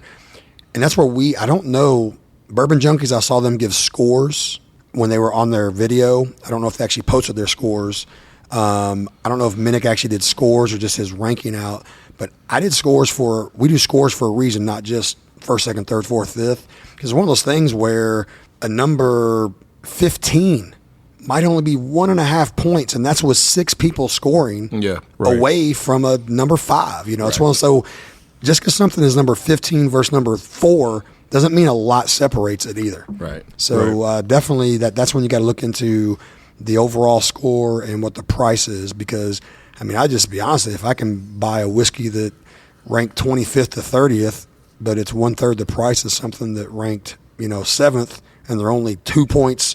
And that's with 6 people scoring, so they're only 2 points separating them. Man, Our top 22 is separated by 10 points. Yeah. So, 10 points with 6 people. 10, 100%. So, and we've seen how one person 10 divided by 6, 1.6. Yeah, one Palin could so tank that. Yeah. Yeah. Talk about that, Anthony. There's something that you brought up that interesting about that. Oh, about the one score? Yeah. What was that bottle? Oh, geez. Parker's. Parker's 14-year malt. So we did the podcast on that. I was on record saying I loved it. I actually secured a bottle from Roe, a good listener and a good friend, for a decent price. And that whiskey, so you got Michael Harris, who said in the last episode, I love malt. Malt guy. I'm a malt guy. Now, this is malt finished in deconstructed cognac barrels. Still not quite sure what that means. Constructed, reconstructed, deconstructed. Anyway, he scored it a 6.5. God, he tanked it. Caleb gives it a 5.5. Oh, my gosh. And then the rest of us, Kenny, you're at 8.5. I was a 7. Ryan was a 7. And it looks like Jordan was a 7.5. So in a world where that gets a little bit better scores, it might be a top 30. Right. And to me, it is still a top 30 pour. But for those guys, it's not. It's funny because MH isn't here to defend himself. But it's funny how he exuberantly said, I like Edmonds malt. Osis is number 2 ranked. Number 2 ranked in the I whole gave it thing. 8.5. But he did not like that whiskey. But he Now, didn't it could like be the the proof. Parkers. It could be the Or it could be cognac that it's finish. not malt, it's cognac. Yeah, it's cognac It's got that finish. cognac, So, yeah, cognac so, finish. I gave it 8.5. Yeah, you did. Yeah, you gave it a high score. But that's to me still a delicious whiskey. I'm happy to own a bottle, and doesn't make any difference to me. But it's interesting to see how this shakes out, because that's the other thing. I know we talked about it a lot, but we've developed over time a fellowship, if you will, of and a friendship with each other, to where it's always still fun to see what people like and don't like. It's a great time to get together and talk about this stuff, and I hope that was captured by the last episode. It's funny because I think it probably will be. Well, no one really gave super low scores, but if we had recorded the first 3 tasting sessions, it's at the end when we tally everything up. Kenny's the guy that records the scores, and he's like, "All right, Anthony, what'd you score?" Yeah. And you can hear everybody be like, What? There's a little bit of that in last episode. A little bit, but that's The preliminary rounds are when it gets crazy. That's when it's funny. I think that's when it's just the most Everyone's fun. like, "What are you talking about?" Yeah. But if you're listening, maybe you should just do this on your own with some friends. And make it even more fun. Create your memories. 100%. Yeah, I agree with that. Hey, man, it's Freddie Johnson, man. Real Freddie make Johnson memories, on dude. everybody. For real. Yeah. It is, man. Freddie is, dude, love it, dude. He's awesome. I'm almost done scoring. Yeah. I'm about there, too. Kenny, do you have a most surprising placement or score or something either good or bad? I've got a few. I'm going to look at my little cheat sheet here. Or let me look at our ratings on our cheat sheet. But I got mine. I was already. on record. I'm just going to tell you, I was on record saying, and I still don't know how it didn't happen, but the Parker's 14, the Dark Arts paddock pick that was Armagnac finished, Yep. I would have bet money and lost money that those would finish in the top 10. Yep. Dark Arts paddock pick is off the charts to me. It is freaking amazing. It tastes so good. Right. And then the Parker's 14, I loved it as well. Yeah. So I'm really, really, really shocked those did not finish in the top 10. So those were 2. And I'm just be honest with you, my Louisville pick finished in 38th. I was totally shocked about that. Yep. Last year it finished second in prelims and 9th or 10th, 8th, 9th in the championship round. And most of you that tasted it, I still like batch 1 a little bit better, But most everyone that's blinded it picks batch 2 over 1. Right. They really do. Shane does. Even when we picked, when we went there that day. Yeah. And so the day that, for some like context, background context, the day that Kenny decided to bottle his Old Louisville pick was the same day that we picked the 18-year hazmat that finished second. Oh, wow. I didn't know that. Same day. Very good. And when I think that day, because he brought his first one, and we blinded them, and I think I picked it over the first one, and I said, I think that's ready. If that's your second one, that's ready to bottle. Right. And I think he decided too, like, okay, it's ready to go. So yeah, that's a shocking one for me. So those were shocking that finished low. And my shocker that finished high by far is New Riff 8-year. New Riff 8-year. That is my biggest shock of the year for finishing high. That's mine too. That is my biggest shock finishing high, man. I mean, because like I said, I've always said Stag or Stag Junior is hot to be hot, but still, it's flavorful. So I'm not shocked that those finished that high. New Riff 8-year finishing that high was a shock to me. Now, it shouldn't be as big a shock because when we blinded it, I usually pick that over 1924. Right. I picked it, I think, over. It wasn't this year. It wasn't 2024's Old Forester Birthday Bourbon, but I blinded it against something else that was big name, and it won. But it still shocks me that it finished that high. Yeah, it finished 14th, top 15. Yeah, New Riff 8-year. And what I was going to say is to those of you who have not experienced the New Riff goodness like we've been able to in the state because it's right up north, just an hour and a half. I was just going to say, like, I mean, we've traced the evolution, right? We've been tasting this stuff since it was 4 years old, and we've had a front seat to that. And I'm still on record. I don't even know what it was. The high note malted rye was one of my favorite things I've ever tasted as a rye. I don't know what year that even came out. We had a bottle. We reviewed it on the podcast, and I could not keep my hands off it, and I couldn't find another one. Yeah. And so New Riff has actually put out some great whiskey, regardless of what I said about the 8-year rye on the podcast. I don't remember if I was a buy, pass, try. I forgot about the Woodford Batch Proof. The Woodford Batch Proof. Woodford Batch Proof. I don't think anybody expected that. Woodford Batch Proof and New Riff 8-year both had the same score tie. Firstly, because I was the only person that had even drank it. I didn't even have no it. one else had even had it. Yep, we had all had the new. We all have bottles of New Riff 8-year. Right. We knew how good it was. Yep. Like in the grand scheme. Now, the Batch Proof is still a $130 bottle, though. Sure, 100%. And New Riff was a $70 bottle. 70, yep. So, but the Batch Proof still shocked me being that high of a score. Right. Yep. Yeah. Because and any of our listeners have listened to the previous episodes. I mean, I said it. I started sipping bourbon in January 2020, and just so happened that the Woodford Batch Proof that came out in 2020 off the charts. Yep. Elijah Craig Barrel Proof B520 C920 off the charts. There was a couple bullet picks came out in 2020 off the charts. So me being a new bourbon guy, I'm like, man, these are incredible bourbons.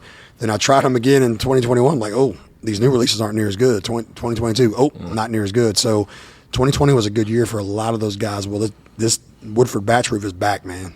It's really nice. 2024 is very good. Absolutely. Anthony, any what is yours, man? My two things, biggest shock for me, which I guess it shouldn't be a shock because we've talked about Barton, Ultra Age Barton being good, but I rated Buckner 17 as my 8th whiskey, hold on one second. Anthony rank was, 11.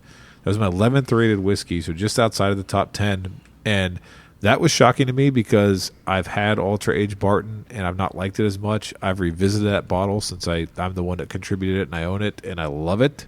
I absolutely think it could have been a top 10 whiskey. And then the Jack Daniel's Coy Hill.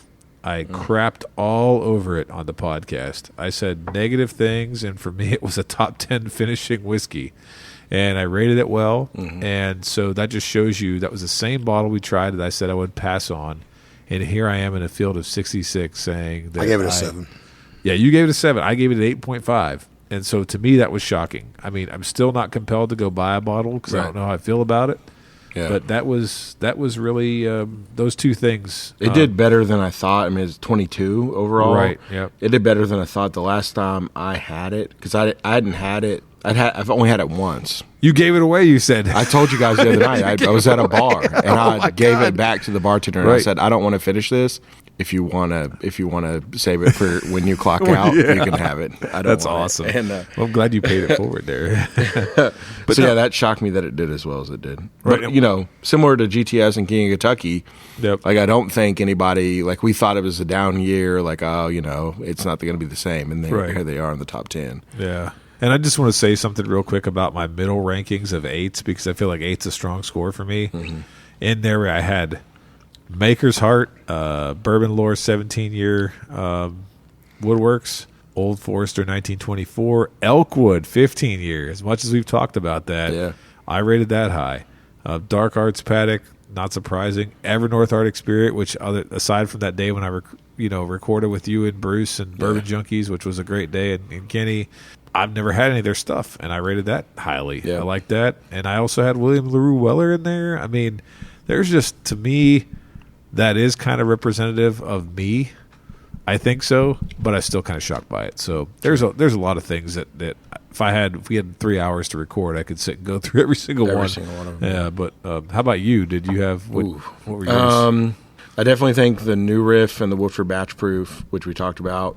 Yep. I was shocked. Oh, so because I mentioned that I had 2 in my top 10 that were ranked low. I don't remember what number it is for me, but it was 43rd overall. I scored a Maker Seller a 9. Oh wow! I'm pretty sure. Yeah, that was one of your favorite ones. And that was that was one that a lot of people thought that like wasn't up to snuff, right? As much as last year. And then I also scored also in my top 10 was the Very Old Saint Nick 20 year. That doesn't shock me when I think about the whiskey because I love it. What I love about like the profile, it's dry, it's tannic, it's oaky. Right. Like it doesn't shock me that was in my top 10 like personal scores. I'm shocked that 13th Colony Double Oak scored as low as it did. I thought that was a 10-year top 10. Oh yeah, that's something we got to talk about. Well, it was there for me. I love that stuff. That's something we got to talk about. The last 2 years that we've had that, you all loved it. Yeah, I did not like it. I said it was just too tannic, and I didn't like it. My scores kind of reflected that. When I had this year's, I'm like, holy crap, this tastes like the 2 previous years, except less tannic. And I thought that one would also be in a top 10 easily. So I was shocked that was not. That's another big shocker. So the Dark Arts pick. If we'd have taken bets like what was going to finish in the top 10, that would have been one I'd have put in there. Yeah, so that's. And I scored an 8. I mean, it was middle of the pack for me. Like I had a lot of 8s and a lot of 7s. I had it as an 8.5, and that was actually my 9th ranked whiskey. So I gave it a 7.5. That's right there for me, though. That's for me. Yeah, I'm shocked because when we had it and I knew what I was drinking, I loved it. Yeah, so I'm shocked I gave that a 7.5. I'm just going to run through some more that I thought. I am shocked. It finished 20th, so I am still didn't do bad like overall. But when I opened it for the first time, I thought the River Roots 18 year. Oh yeah. And I was I think on Instagram I said whiskey of the enters the chat for whiskey of the year. Like I thought that would have did a little. It still did good, top 20. But I would have thought it would have been a top 10 bottle. I love that whiskey. Shout out to the Bourbon Junkies, Dan and Sean, for having a top 30 with their Arctic Spirit. Yeah, no doubt. Super. And I struggled with what to put in there from them. I knew I wanted to put something in because they've had several really awesome releases this year. Right. That was their LE. Most of this field is LE. Okay. You know what I mean? Like it has the LE vibe. The field has a limited edition kind of vibe to it. It's a lot of that stuff. So I felt like that was maybe the most deserving. And it scored really well. Raconteur Rye that we just had in the blind, I thought did pretty good. And then some of my lower scores that I was surprised of. I can't wait to hear this. All the 15, 16-year Kentucky straight bourbon. Oh, yeah. That is, Buff Turkey, whoever it's... who's ever grains, who's ever, whatever. That's why the elk was surprising to me because I rated the other ones lower. Yeah, so they all finished pretty low, but also there's an actual wild turkey barrel, at barrel strength. That the feedback I got on it was, dude, this is an all time wild turkey taste. Oh, and it was really low. The Pride of Anderson County, the Bourbon Lord one. Oh, yeah. It was 59th. And that's right. I got a text one day that said that'd be tribute 15 year in a blind. Really? Yeah. Holy cow. And, no, not saying that, that person's wrong. I love that person. Right. But it did not finish well. There's a really good point because I didn't bring it up, and don't lose your train of thought. I gave that a 6. I gave CNB a 9. The Russell CNB. Yeah. I was the highest you were talking about that. rating of that. That was like my number 4 whiskey. Yep. Even higher than Russell's 15. But anyway, I just wanted to point that out. But I think CNB has been most of our favorites over in the single Rick series. Single Rick series, yep. So that was kind of surprising. So there's a lot of that you can go kind of either way. Yep. Some stuff that I thought would finish right where it did. Some stuff that I was a little shocked about, but overall, a lot of fun. Yeah. I think we did. My God.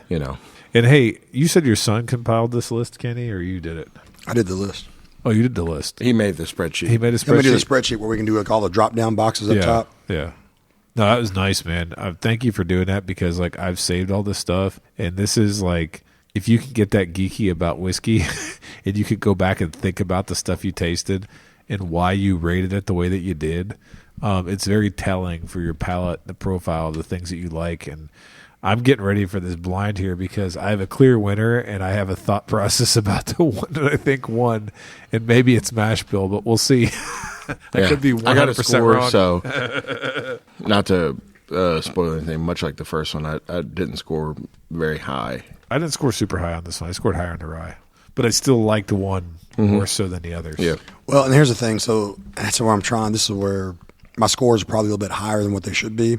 So we talked about before, back when I do blinds like that, the first one I drink, I just give it like a 7. I'm going to move on to the second one, and I give it a half a score above, half a score below, move on to the third one, and that kind of get my basis of where I'm going to be at for that. So since we're just doing like 3 together, I mean, I could take all these and move them up 2 points or down 2 points, and it won't matter. I'm just kind of like giving within each rankings because I don't have something that we tasted from the previous blinds episode or the blinds preliminary rounds to give like a true, hey, this is a 7, So I could take all these up or down just by a little bit. So you guys ready to do this reveal or what? Yep. All right. I am. Oh, we're waiting on him to. Waiting on Kenny. Yeah, of course. Always waiting on Kenny. Always waiting on him. He's got to do it. It was like about 20 minutes for the Tuesday episode. Oh, man. At the end. I don't think I was pressing him. I was may have like, dude, left you that in got there. to come on, I can't remember if I bro. left that in there or not. Good You kept saying, Lord. I think there was 3 different times Ryan was like, Kenny, you ready? And you're like, just one more second, dog. There was a couple times where he was like, I think somebody blinded you at some point. I think you went back to the table 3 times. Yeah, he did. I did more To get samples. extras. Yeah. Come on. He kept going, man. He kept going with it. Well, we did half-ounce pours. We Trying to did. be conservative. Yeah, we did. Well, we saw we had less on some of them. All right, far left glass. Alves, what'd you give it? A 7. All right, Anthony. 8.25. And I gave it an 8. Middle glass, Ryan. 6.75. 5. Anthony. 7. I gave it a 6.5. Far right glass. 6.5. 6.5. Anthony. I was a 6.75. That was the one I did not like. I gave it a 7. Okay. So when I was saying that I had my suspicion about what glass 1 was, I was thinking it might be a weeder, but it might not be because this is traditional. I didn't have a bourbon. guess. I really even But couldn't pick out the NBC. I just like to be number honest. 1 a lot. Yeah. And 1 was my favorite. And I couldn't pick out the NBC either. When you're tasting a blend versus single barrel, the single barrels I've tasted from NBC, they're distinct character. They're like very rich. I didn't get any of that from any of these. So Well, there's a reason why. why is that? God. It is not their traditional MGP. Oh, It is I Kentucky got you. sourced. Oh, so it's not their normal. It is Kentucky Yeah, sourced. no, I got you. Ah. And That's why we're confused. I know what it is, but I don't know if I only know what it is because I shouldn't. Or Okay. if it's known, so I'm not going to say what it is, but it is Kentucky sourced. Okay. That's why it tastes different than our other NBCs we've had. Gotcha. That makes a lot of sense okay. now. Yeah. All right, so the scores are left glass 23.25, middle glass 20.25, and the far right glass 20.25. So the second 2 are tied for last place. Yep. I mean, or they're both in second place. Yep. How are you going to look at it? So we will go, just go left to right. So left is sample number, that's where that worked out, number 1. I just threw them up randomly. that is Pappy 15. Ooh, I called it Weeder. Somebody guessed Weeder. Called a Weeder. Wow. Glass number 2 is sample number 3, which is 1924. All right. So Old Forester 1924. Okay. And sample on the far right is number 2, which is the NBC bourbon. Huh. So for us, NBC bourbon that was Minnick's 4th place. Yep. Did score good still, but it scored the same as tonight as a 1924 did. And 1924 for us. Casually, Pappy 15. How much was that sample left? I should ask for that back. Was it? That was Kenny scrolled it away. It was in the top. It was in top 50. So it scored like 47th place. Okay. But it was in our top 50. Okay. So, like I said, everybody's palate's different. I'm not saying we're right and they're wrong or vice versa. Everybody's palate's different. You can make up your own minds for what you want to make up. But that's where it fell for us, at least in a blind. Bro, there's no way. I'm sorry. As a Weeder guy, and I know sometimes I've been proven wrong on that, when I tasted the first sample, I'm like, that's delicious. I love that. Even though I only gave it an 8.25, I still loved it, and that's higher than I rated it in the blind round. So That's funny. It's I didn't funny. look at that. Yeah, I think I give Pappy a 8 or a 7.5. I gave it a 7.5, and tonight I gave it an 8. So I gave it a half point higher tonight. Where did it finish? Finished 33rd. 33rd. Well, no, tied for 28th. So I gave it the 28th. same. I scored it the same, 7. Yeah, so basically 28th through 35th place all scored the same. I gave it a 7.5 in the blinds round, but I was Or the tonight. 33rd. Tonight in isolation, I was all over it. I was like, "That's some delicious wheat." That's great. Yeah, 1924. I scored a 7. Originally 6.75 tonight. So What did I give it? I'm trying to see what I gave it. I gave it a 6 originally, and tonight I gave it a 6.5. yeah. I gave it an 8. Tonight I gave it a 7.25 or 7. I can't Okay. remember what I gave it. So it's a little off on 1924. But same thing. 1924 though Right. is 130 if you get lucky plus tax. After Old Forester's And shipping Old Forester's, and tax, it's but Old Forester's 165 bucks. website was how much was it? Yeah, how much was it? 165 after tax Okay. and shipping. Yeah. And this Nashville, I believe, was still like a $70 bottle. Yeah. Okay. So once again, if it was a past try buy episode, it is a 100% buy. Right. So both of these Nashville barrel blends are 100% buys. Like, Yeah. beyond a shadow of it. For me. I mean, Yeah. dude, I mean, 1924 beat a couple of the birthday bourbons that we tried. It did, absolutely. Not the 2024 birthday No, bourbon. the 2024 is good. But it beat a couple of those. Yep. So I have 100% got to be a buy on both Nashville barrel blends, like for sure. Especially $70, man. Yeah. You kidding me? Yeah, those are good. So, old man here, so I had to take a little bathroom break. And I believe you guys were talking about a few things, including the Wild Turkey Buffalo Trace stuff. Yeah, I actually I told Ryan that it was shocking to me because I gave the Elkwood an 8, but I didn't rate the other ones very high. And I know there's a lot of that stuff floating around. I just saw some local groups pick a 15-year at Dark Arts. There's stuff everywhere of that stuff coming out, and I just don't know how to feel about it for the price. So Elkwood, is this Elkwood the one that That's the one. that was the one that Yeah. you were helping pick? Yeah. With Banners and Paddock. And it is So- $249, I So believe. it's the cheapest. Yeah, Yeah, it's it's the cheapest. $249 at Banners and Paddock. And So- I'm a buy on that at $249. It's cool. Like, I'm not Yeah. buying backups, but it tastes good. Cool story. Right. Something We have an episode coming out on that.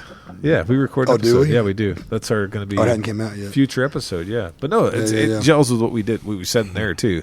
It's kind of cool Oops. to confirm that even in the Yeah. even in the future though. Oh, the episode will come saying out before this one, episode's though, coming won't it? out before That's this right. one will be out Okay. first, but even then we said good things about that one. And I rated it well too, so it's all good. And that's the thing. So we had 2 bottles in there, but they were both from totes. We added the River Roots and we added the Elkwood. Elkwood we added the very last Sunday. River Roots was the second. I But we think. must have posted on socials like what our list was, but no scores. Right. That's why people said, "Hey, you're Oh, missing man, this, or you're sure, missing yeah. that." So that's what we did. We actually posted our list without any scores, though.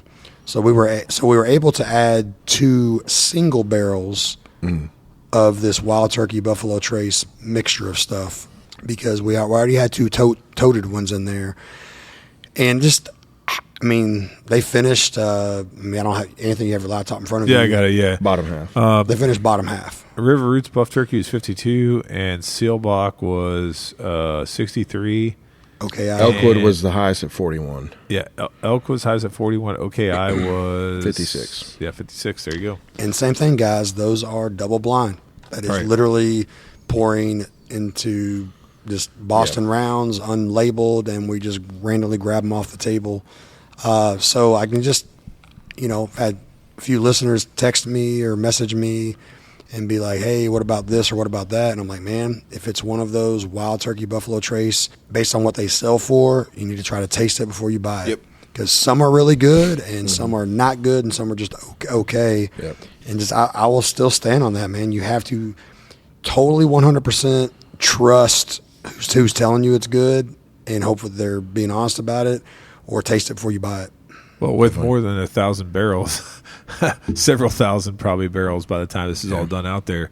I mean, you'll have a lot of chance to see different stuff, right? Isn't there? Not of those, no. Oh, okay. I don't know. I mean, I don't think anybody knows. I mean, I've tasted 40 plus of them. Yeah. There's at least 100 single barrels plus the totes. I would say there's more single barrels than that. I know. Might be more than 100, 200 Yeah. then. Well, I commented on a post yesterday that said about 100 handfuls. Wow.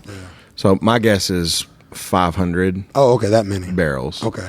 Yeah, because I mean, and I didn't know this, but somebody I commented on that post. Somebody DM'd me and said, "I know one broker that had 300 barrels." Oh wow. So So there's at least 500. now Probably.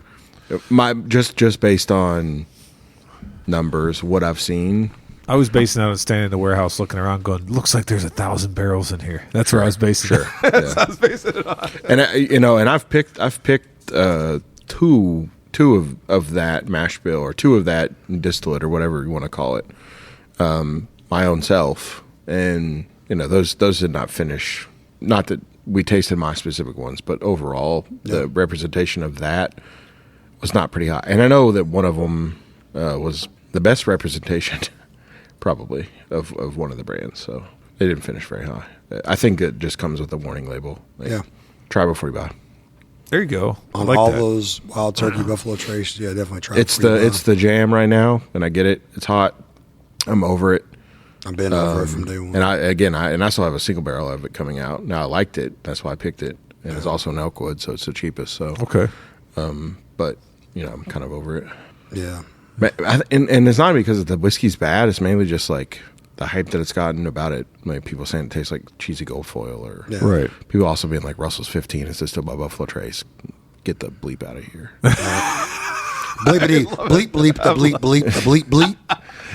Ryan, I love the fact that you Bleepity. self-censored. You didn't like that beep that I put in there. I'm just kidding. No, I haven't heard it yet. I know. But, from now on, it's funny. I have a group chat with some people that are close to the brand, Wild Turkey brand, and I would make fun of them all the time. But like, what do y'all care? You didn't even make your whiskey anyway. Oh my God, dude, that's great. Make fun of them all the time. That's not true, obviously. Please do not take that as. That's hard to get. It's good fun to get them. But it is hilarious, and they do it right back. They're like, y'all didn't know that Elmer T stood for turkey, like Elmer Turkey there you go, Lee, there you go. like or EH. T, Hey, don't say that on the podcast. know, Buffalo right? Trace will make a special release out of that. right, yeah. Next thing you know, you're going Yeah. to see, some kind of plaque hanging up somewhere Yeah. saying that happened. Oh, I tell you what, I'm sipping on something here that's It's good, isn't it? yeah. I want that. you Maybe need to I try want this. that too. Can I have that too? I'm happy this is a 2025 release. So, Kenny, you're oohing and on over here of this Ben Holiday. And Ryan, you brought this bottle over just for fun. What is this, sir? So this will be something to look forward to in 2025. The way too early whiskey of the year list. Oh, there you You go. know what I mean? Like we'll start building it now. Contender. Got to, right? Like That's right, yeah. we talked about last year, or we talked about this year, how we just wait until the end of the year to do it, and it's just like, man, Oh, it's a bear. It's like it's just a time crunch, right? You should like try to figure it out in 2 weeks. Also, and this is something that I don't know if you guys have talked. I know you've talked about it with us, or you and I have talked about it. We've talked about it maybe as a group with a mashup to help you sort of curate a list. You're going to start scoring everything, right. and then that will at least give you like foothold to lean on when it comes time to deciding what's going to be on our end of the year list. Yeah. And No doubt. Alves and I have talked a little bit, but we haven't discussed with the other guys yet about that. Right. But we're going to do something a little bit. We got a lot of ideas tossed around about this year's blondes, but we're going to probably do at least once a quarter meeting and kind of like go through them as we're going. So like, Oh, really? That was Yeah. a true thing. Yeah, probably we're do not once playing. a quarter, Oh. and then We're going to take attendance too. and then towards the end of the If year, you're not there, you get fined 50 cents. That's right. Yeah. There you go. and then towards No, the you just end, gotta throw an extra at the end. yeah, The pool. The pool. and then towards the end of the year. So how we did this year, we had 3 Sundays in a row where we did the preliminaries. All of a sudden, the holidays hit. We had New Year's and people out of town, blah blah blah. So championship round was late. Our goal this year coming up is we're going to be done, done before the end of the year. Yeah. But we're going to also meet probably once a quarter and do some stuff as we're going, and then might have 2 or 3 weekends of crunch at the end. But that'll also include championship round at the end. Yeah. So I do encourage listeners, if you have found something that you're like, wow, this is great, DM us that, message us that. Yeah. We'll make it a little bit easier. Hopefully soon we're going to have like website. Hopefully soon, maybe Patreon. We'll see. That way to make it easier to connect with us potentially and give us some information and feedback. But if there's certain bottles that you're running into that are 2025 releases that you think are just great or either great for the money, just definitely shoot us a DM because we might definitely want to do an episode on it, but also potentially include it in our best of series as well. Yep. No doubt. So what we're drinking is the newest product. I don't know if this is even going to come out again in 2025. It could just be a one and done. Oh wow, okay. I don't know.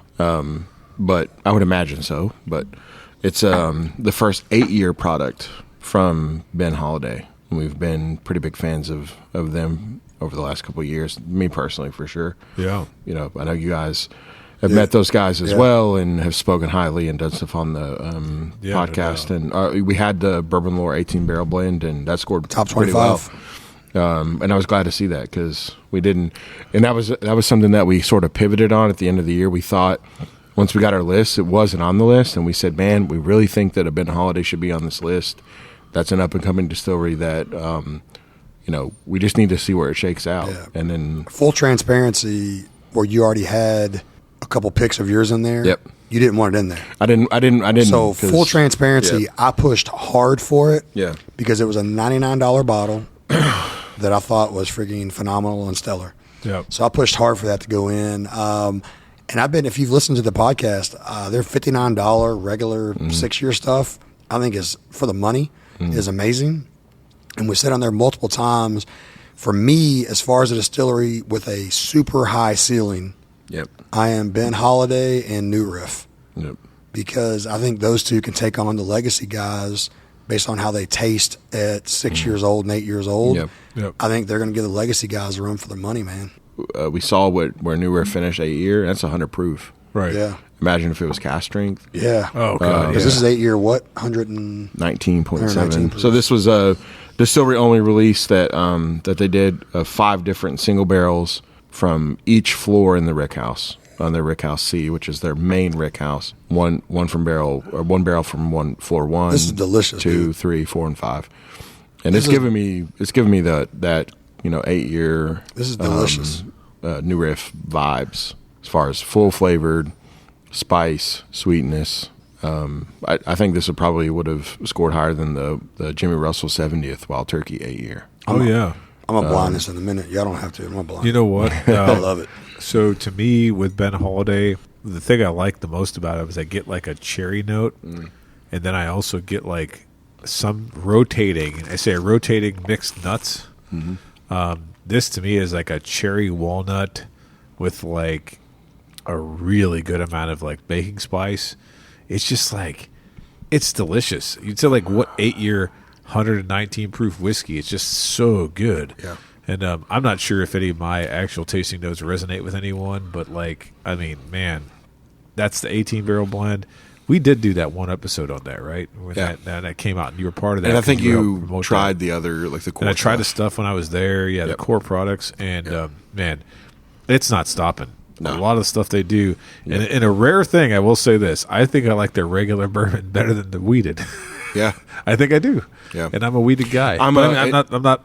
It changes for me. disrespecting it, Like yeah. I think I like the barrel proof bourbon better than I like the bottled and bond bourbon. Okay. I like the bottled and bond wheat better than I like the barrel proof wheat. For what I don't know, it's a weird thing. I could see that. Yeah, But absolutely. These guys at the end of the year were like dropped some 7-year stuff. Yeah. They even did a very small run of 7-year 100 proof bottled and bond, the bin, not the wheated, but the rye mash bill, 7-year, and then immediately followed up with an 8-year.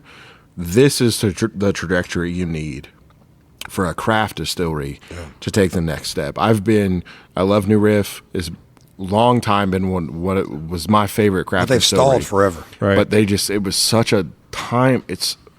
We got 8-year this year. Right. And they've had 8-year whiskey for a couple years. That's true. Yeah. They got 8-year whiskey, They put it out. Ben Holiday, and they put it out. Put it out. Yep. Get it in people's hands. Like, stop waiting around. Like, we have seen the market shift so much over the past year, over the past 2 years.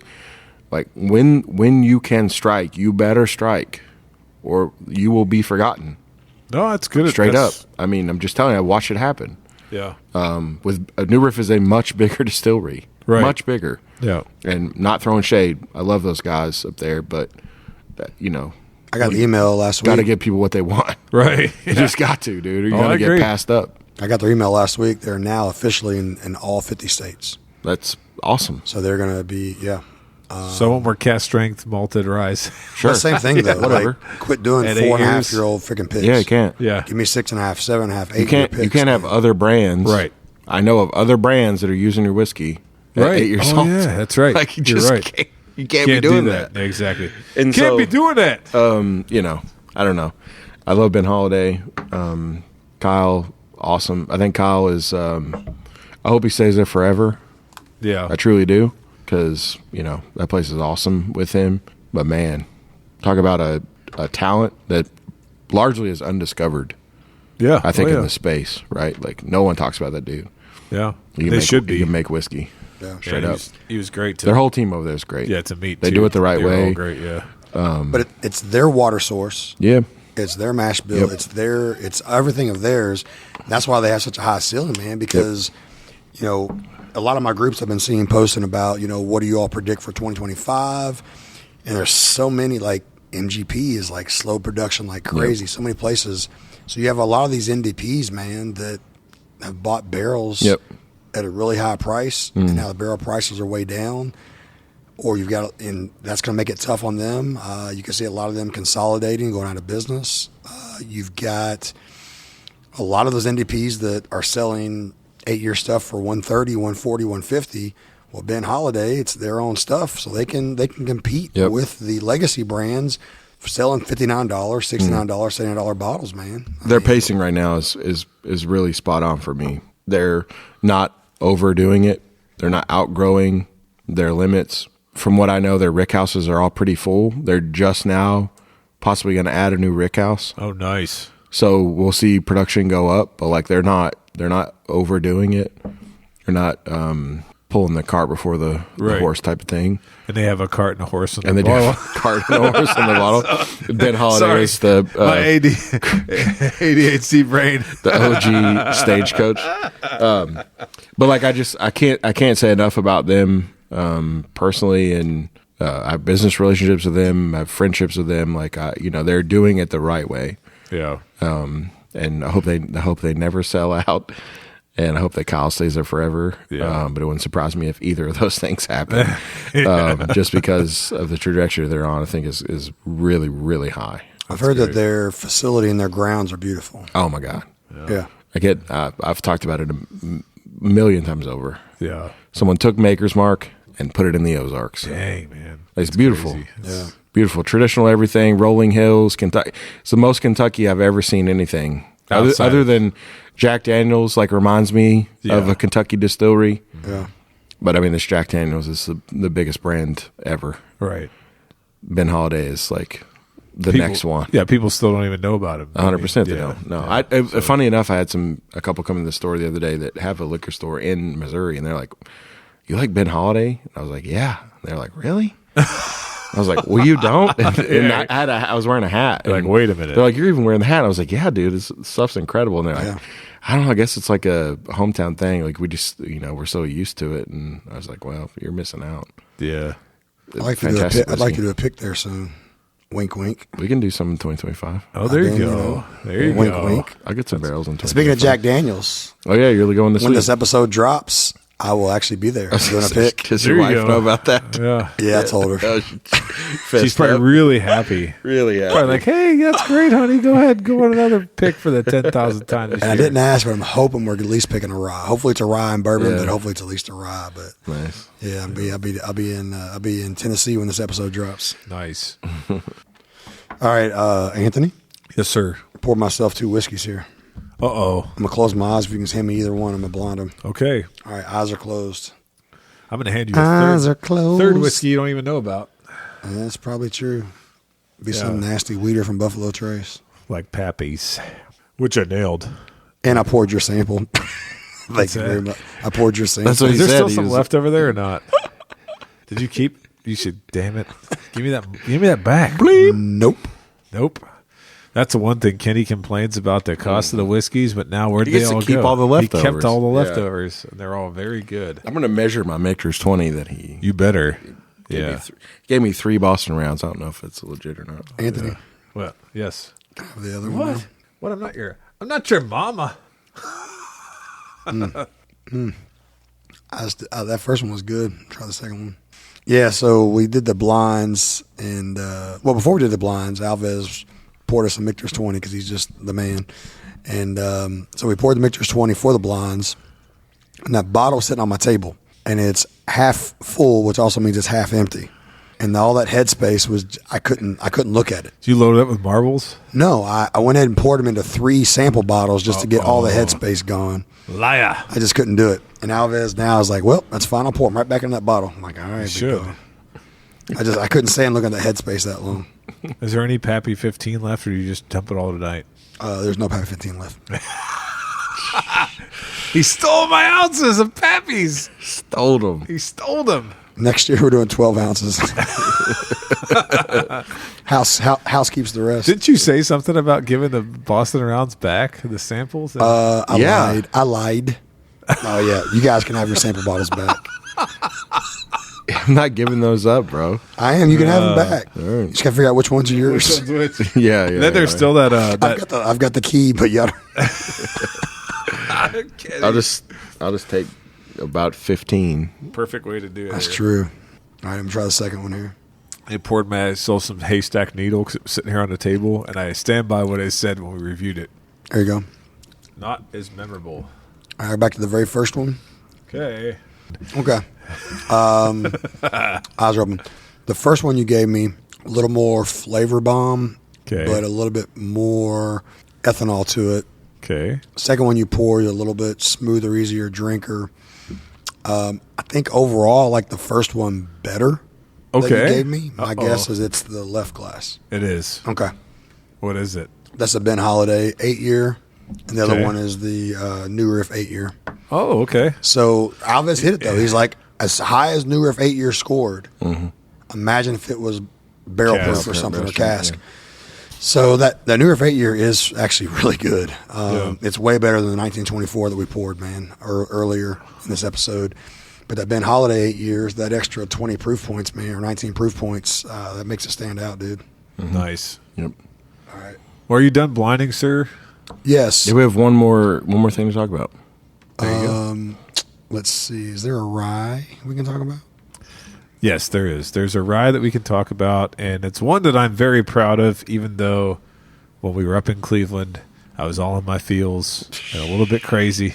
Hey, we man. talked about that. You don't order food no more, though. It's like all 2025, it's on. Yeah, Take it off your plate, bro. It's There you one go. less thing to worry about. So we are super, super excited that we were able to go to River Roots and pick a barrel of well-aged MGP rye. Thank you, Ryan, for making that possible. Ryan and Ryan. Ryan and Ryan. Ryan Alves and Ryan Lentz both. Ryan Yeah. times 2. Thank you, guys. And so the first mashup pick, we've talked about it for a long time, is finally here. and I think we're pretty much ready to get things going and get it launched through Bourbon Outfitter. And I'm not sure all the details yet, but we're going to be making a post asking you guys to let us know if you're interested for it. Yep. And being able to get that bottle into your hands, because we're really proud of it. Yep. It is a delicious, I mean, I don't know. When I started in bourbon, to get a 12-year-old cast strength MGP rye was unheard of. It was heard of, but you had to know what you were doing. And at that time, I didn't know what I was doing. Now it's pretty much something that's impossible to come by, and we have curated a delicious bottle for you that's going to be what, about $120, I believe. $120, I believe, yeah. Plus shipping. Yep. 12-year, 119-ish, 120 proof, I think. It's 125. Yeah, it's Is higher. that higher? It's almost Okay. 125. 124.58. So 12-year MGP rye. Yeah. So now here's the thing. There's been Bourbon Outfitters, a partner of ours. They are right now not shipping to Kentucky. So if you are a listener in Kentucky and are interested in that bottle, DM myself or Anthony or the Mashup account, and we will get something worked out for you. Yep. If you are a listener outside of Kentucky, hopefully they do ship to your state. But that's something we also, like I said, coming soon. We are literally, I think Anthony's even description, we're just three guys that we're three simple guys, man. Yep. This thing's grown a little bit bigger than we thought it potentially might or would. So with things are coming along, we potentially will have a website going. Potentially we'll have Patreon, things of that nature. But for right now, you can get updates, and we will have this done where, say, for example, we have a barrel pick coming out in the future. We can have where we'll have your email address, and you'll be able to get notification before anybody else. Right. So for right now, we don't have that. But you can go ahead and DM one of us with your email address. We will get that to Ryan Alves, so that way you will get a code to be able to pre-order this bottle before it hits on the regular website.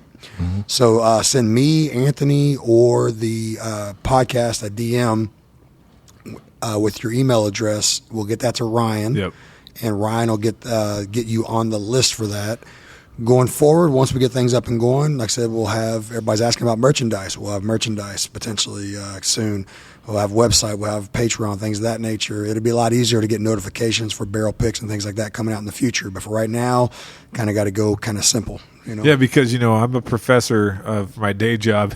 Kenny's an appliance salesman. Steven's an engineer. Ryan's the only one sitting here at the table that's got experience in the spirit stuff. Yeah. So, but no, we're super excited about that, and yeah, we will make a post, but to also let people know and that haven't listened to this podcast, but just send us a message with your email address. It's the easiest way to do it right now, and we will make sure you get a notification. Well, and one of the things that we talked about was going slow, right? We didn't want to come out the gates with something that was 250 bottles yield, right? Like we wanted to do something that was nice, but smaller. But to be very fair, that was in our opinion, it was the best. That was the best tasting thing we had that day. Right. It just so happened to be a half a barrel. It just so happened to be a half barrel, which really made the decision easier. Yeah. Right. But this was the best tasting thing we had that day, including the Wild Turkey Buffalo Trace stuff. Yep. So if this had been a full barrel, we still would have taken it. Just telling you straight up. I agree. So really, we're only going to be looking at 65, 70 bottles probably for the public. Yep. Before I get some, you get some, Andy gets some, Steven gets some, people that went on the pick get some. Right. So this will go quick. It's not going to be a ton. So make sure when you hear this, if you're interested, it's $119.99 plus shipping. But you get to use the code MASHUP for 5% off. Yes, absolutely. You better use that code. Help the people that, or support the people that support the podcast. Yes, or whatever. I don't think that was the way it was supposed to go. I love it. But let's start off slow and see where it goes, and we're going to do more of it in 2025. Absolutely. And probably at different places. Gosh dang it. This has been Holiday 8 year. Hopefully we get to go to Ben Holiday when Kenny's talking about it. And so we'll, so I don't know if I would say this drops on Friday. Right. The product won't be for sale on Friday. We'll probably, I would imagine maybe in the next 4 or 5 days after that, start rolling it out to folks. But that means you need to go ahead and send your email Yeah, but I address. would go ahead and message us get on the ASAP list, yeah. so you can get on the list Yeah. ahead of time. Yep. So I'll There'll probably probably only be 60, 65 bottles available. Yep, and I'll get a post out about it, Yep. and that way y'all. Can remember I'll it. have a bottle in Kentucky before the end of the week. So I'll probably see you before you go to Jack, and then maybe you guys can. I don't know. Maybe that's your next week episode. We'll do an episode on it. Yeah, You could do go. a Tuesday short and launch it on the podcast. Sounds good. I'll probably pass. It might be a try. We'll see. Your shenanigans always, man. I don't want to give it God. away, but it's a very Cleveland label and a very mashup nickname. It's a very Anthony influenced label. There you go. That's what it is. Yeah. I did it for Anthony because he got incredibly emotional in Cleveland. You did. Like, I'm talking. I was going to get him some estrogen blockers. He was very emotional up in Cleveland. And I'm, bro, come on, It man. was good. Yeah. That was a great time. I don't get to go back Way to to blast. Northeast Ohio Right. that much, and then the fact that I think your cousin being there and Jeff being there Yeah, just brought all the feels that, feels bro. man. yeah, no, they it's home, and that's kind of what we try to do with the label a little bit, but Yeah. also get the little Kentucky flair on there and everything Yeah. else. So it's going to be something I think that everybody enjoys, and it's delicious whiskey at the end of Yeah, the day. it really so is. we hope you all love that. I'm So excited. I'm excited too. Cash strength at a high proof, Yep. 12-year MGP Yep.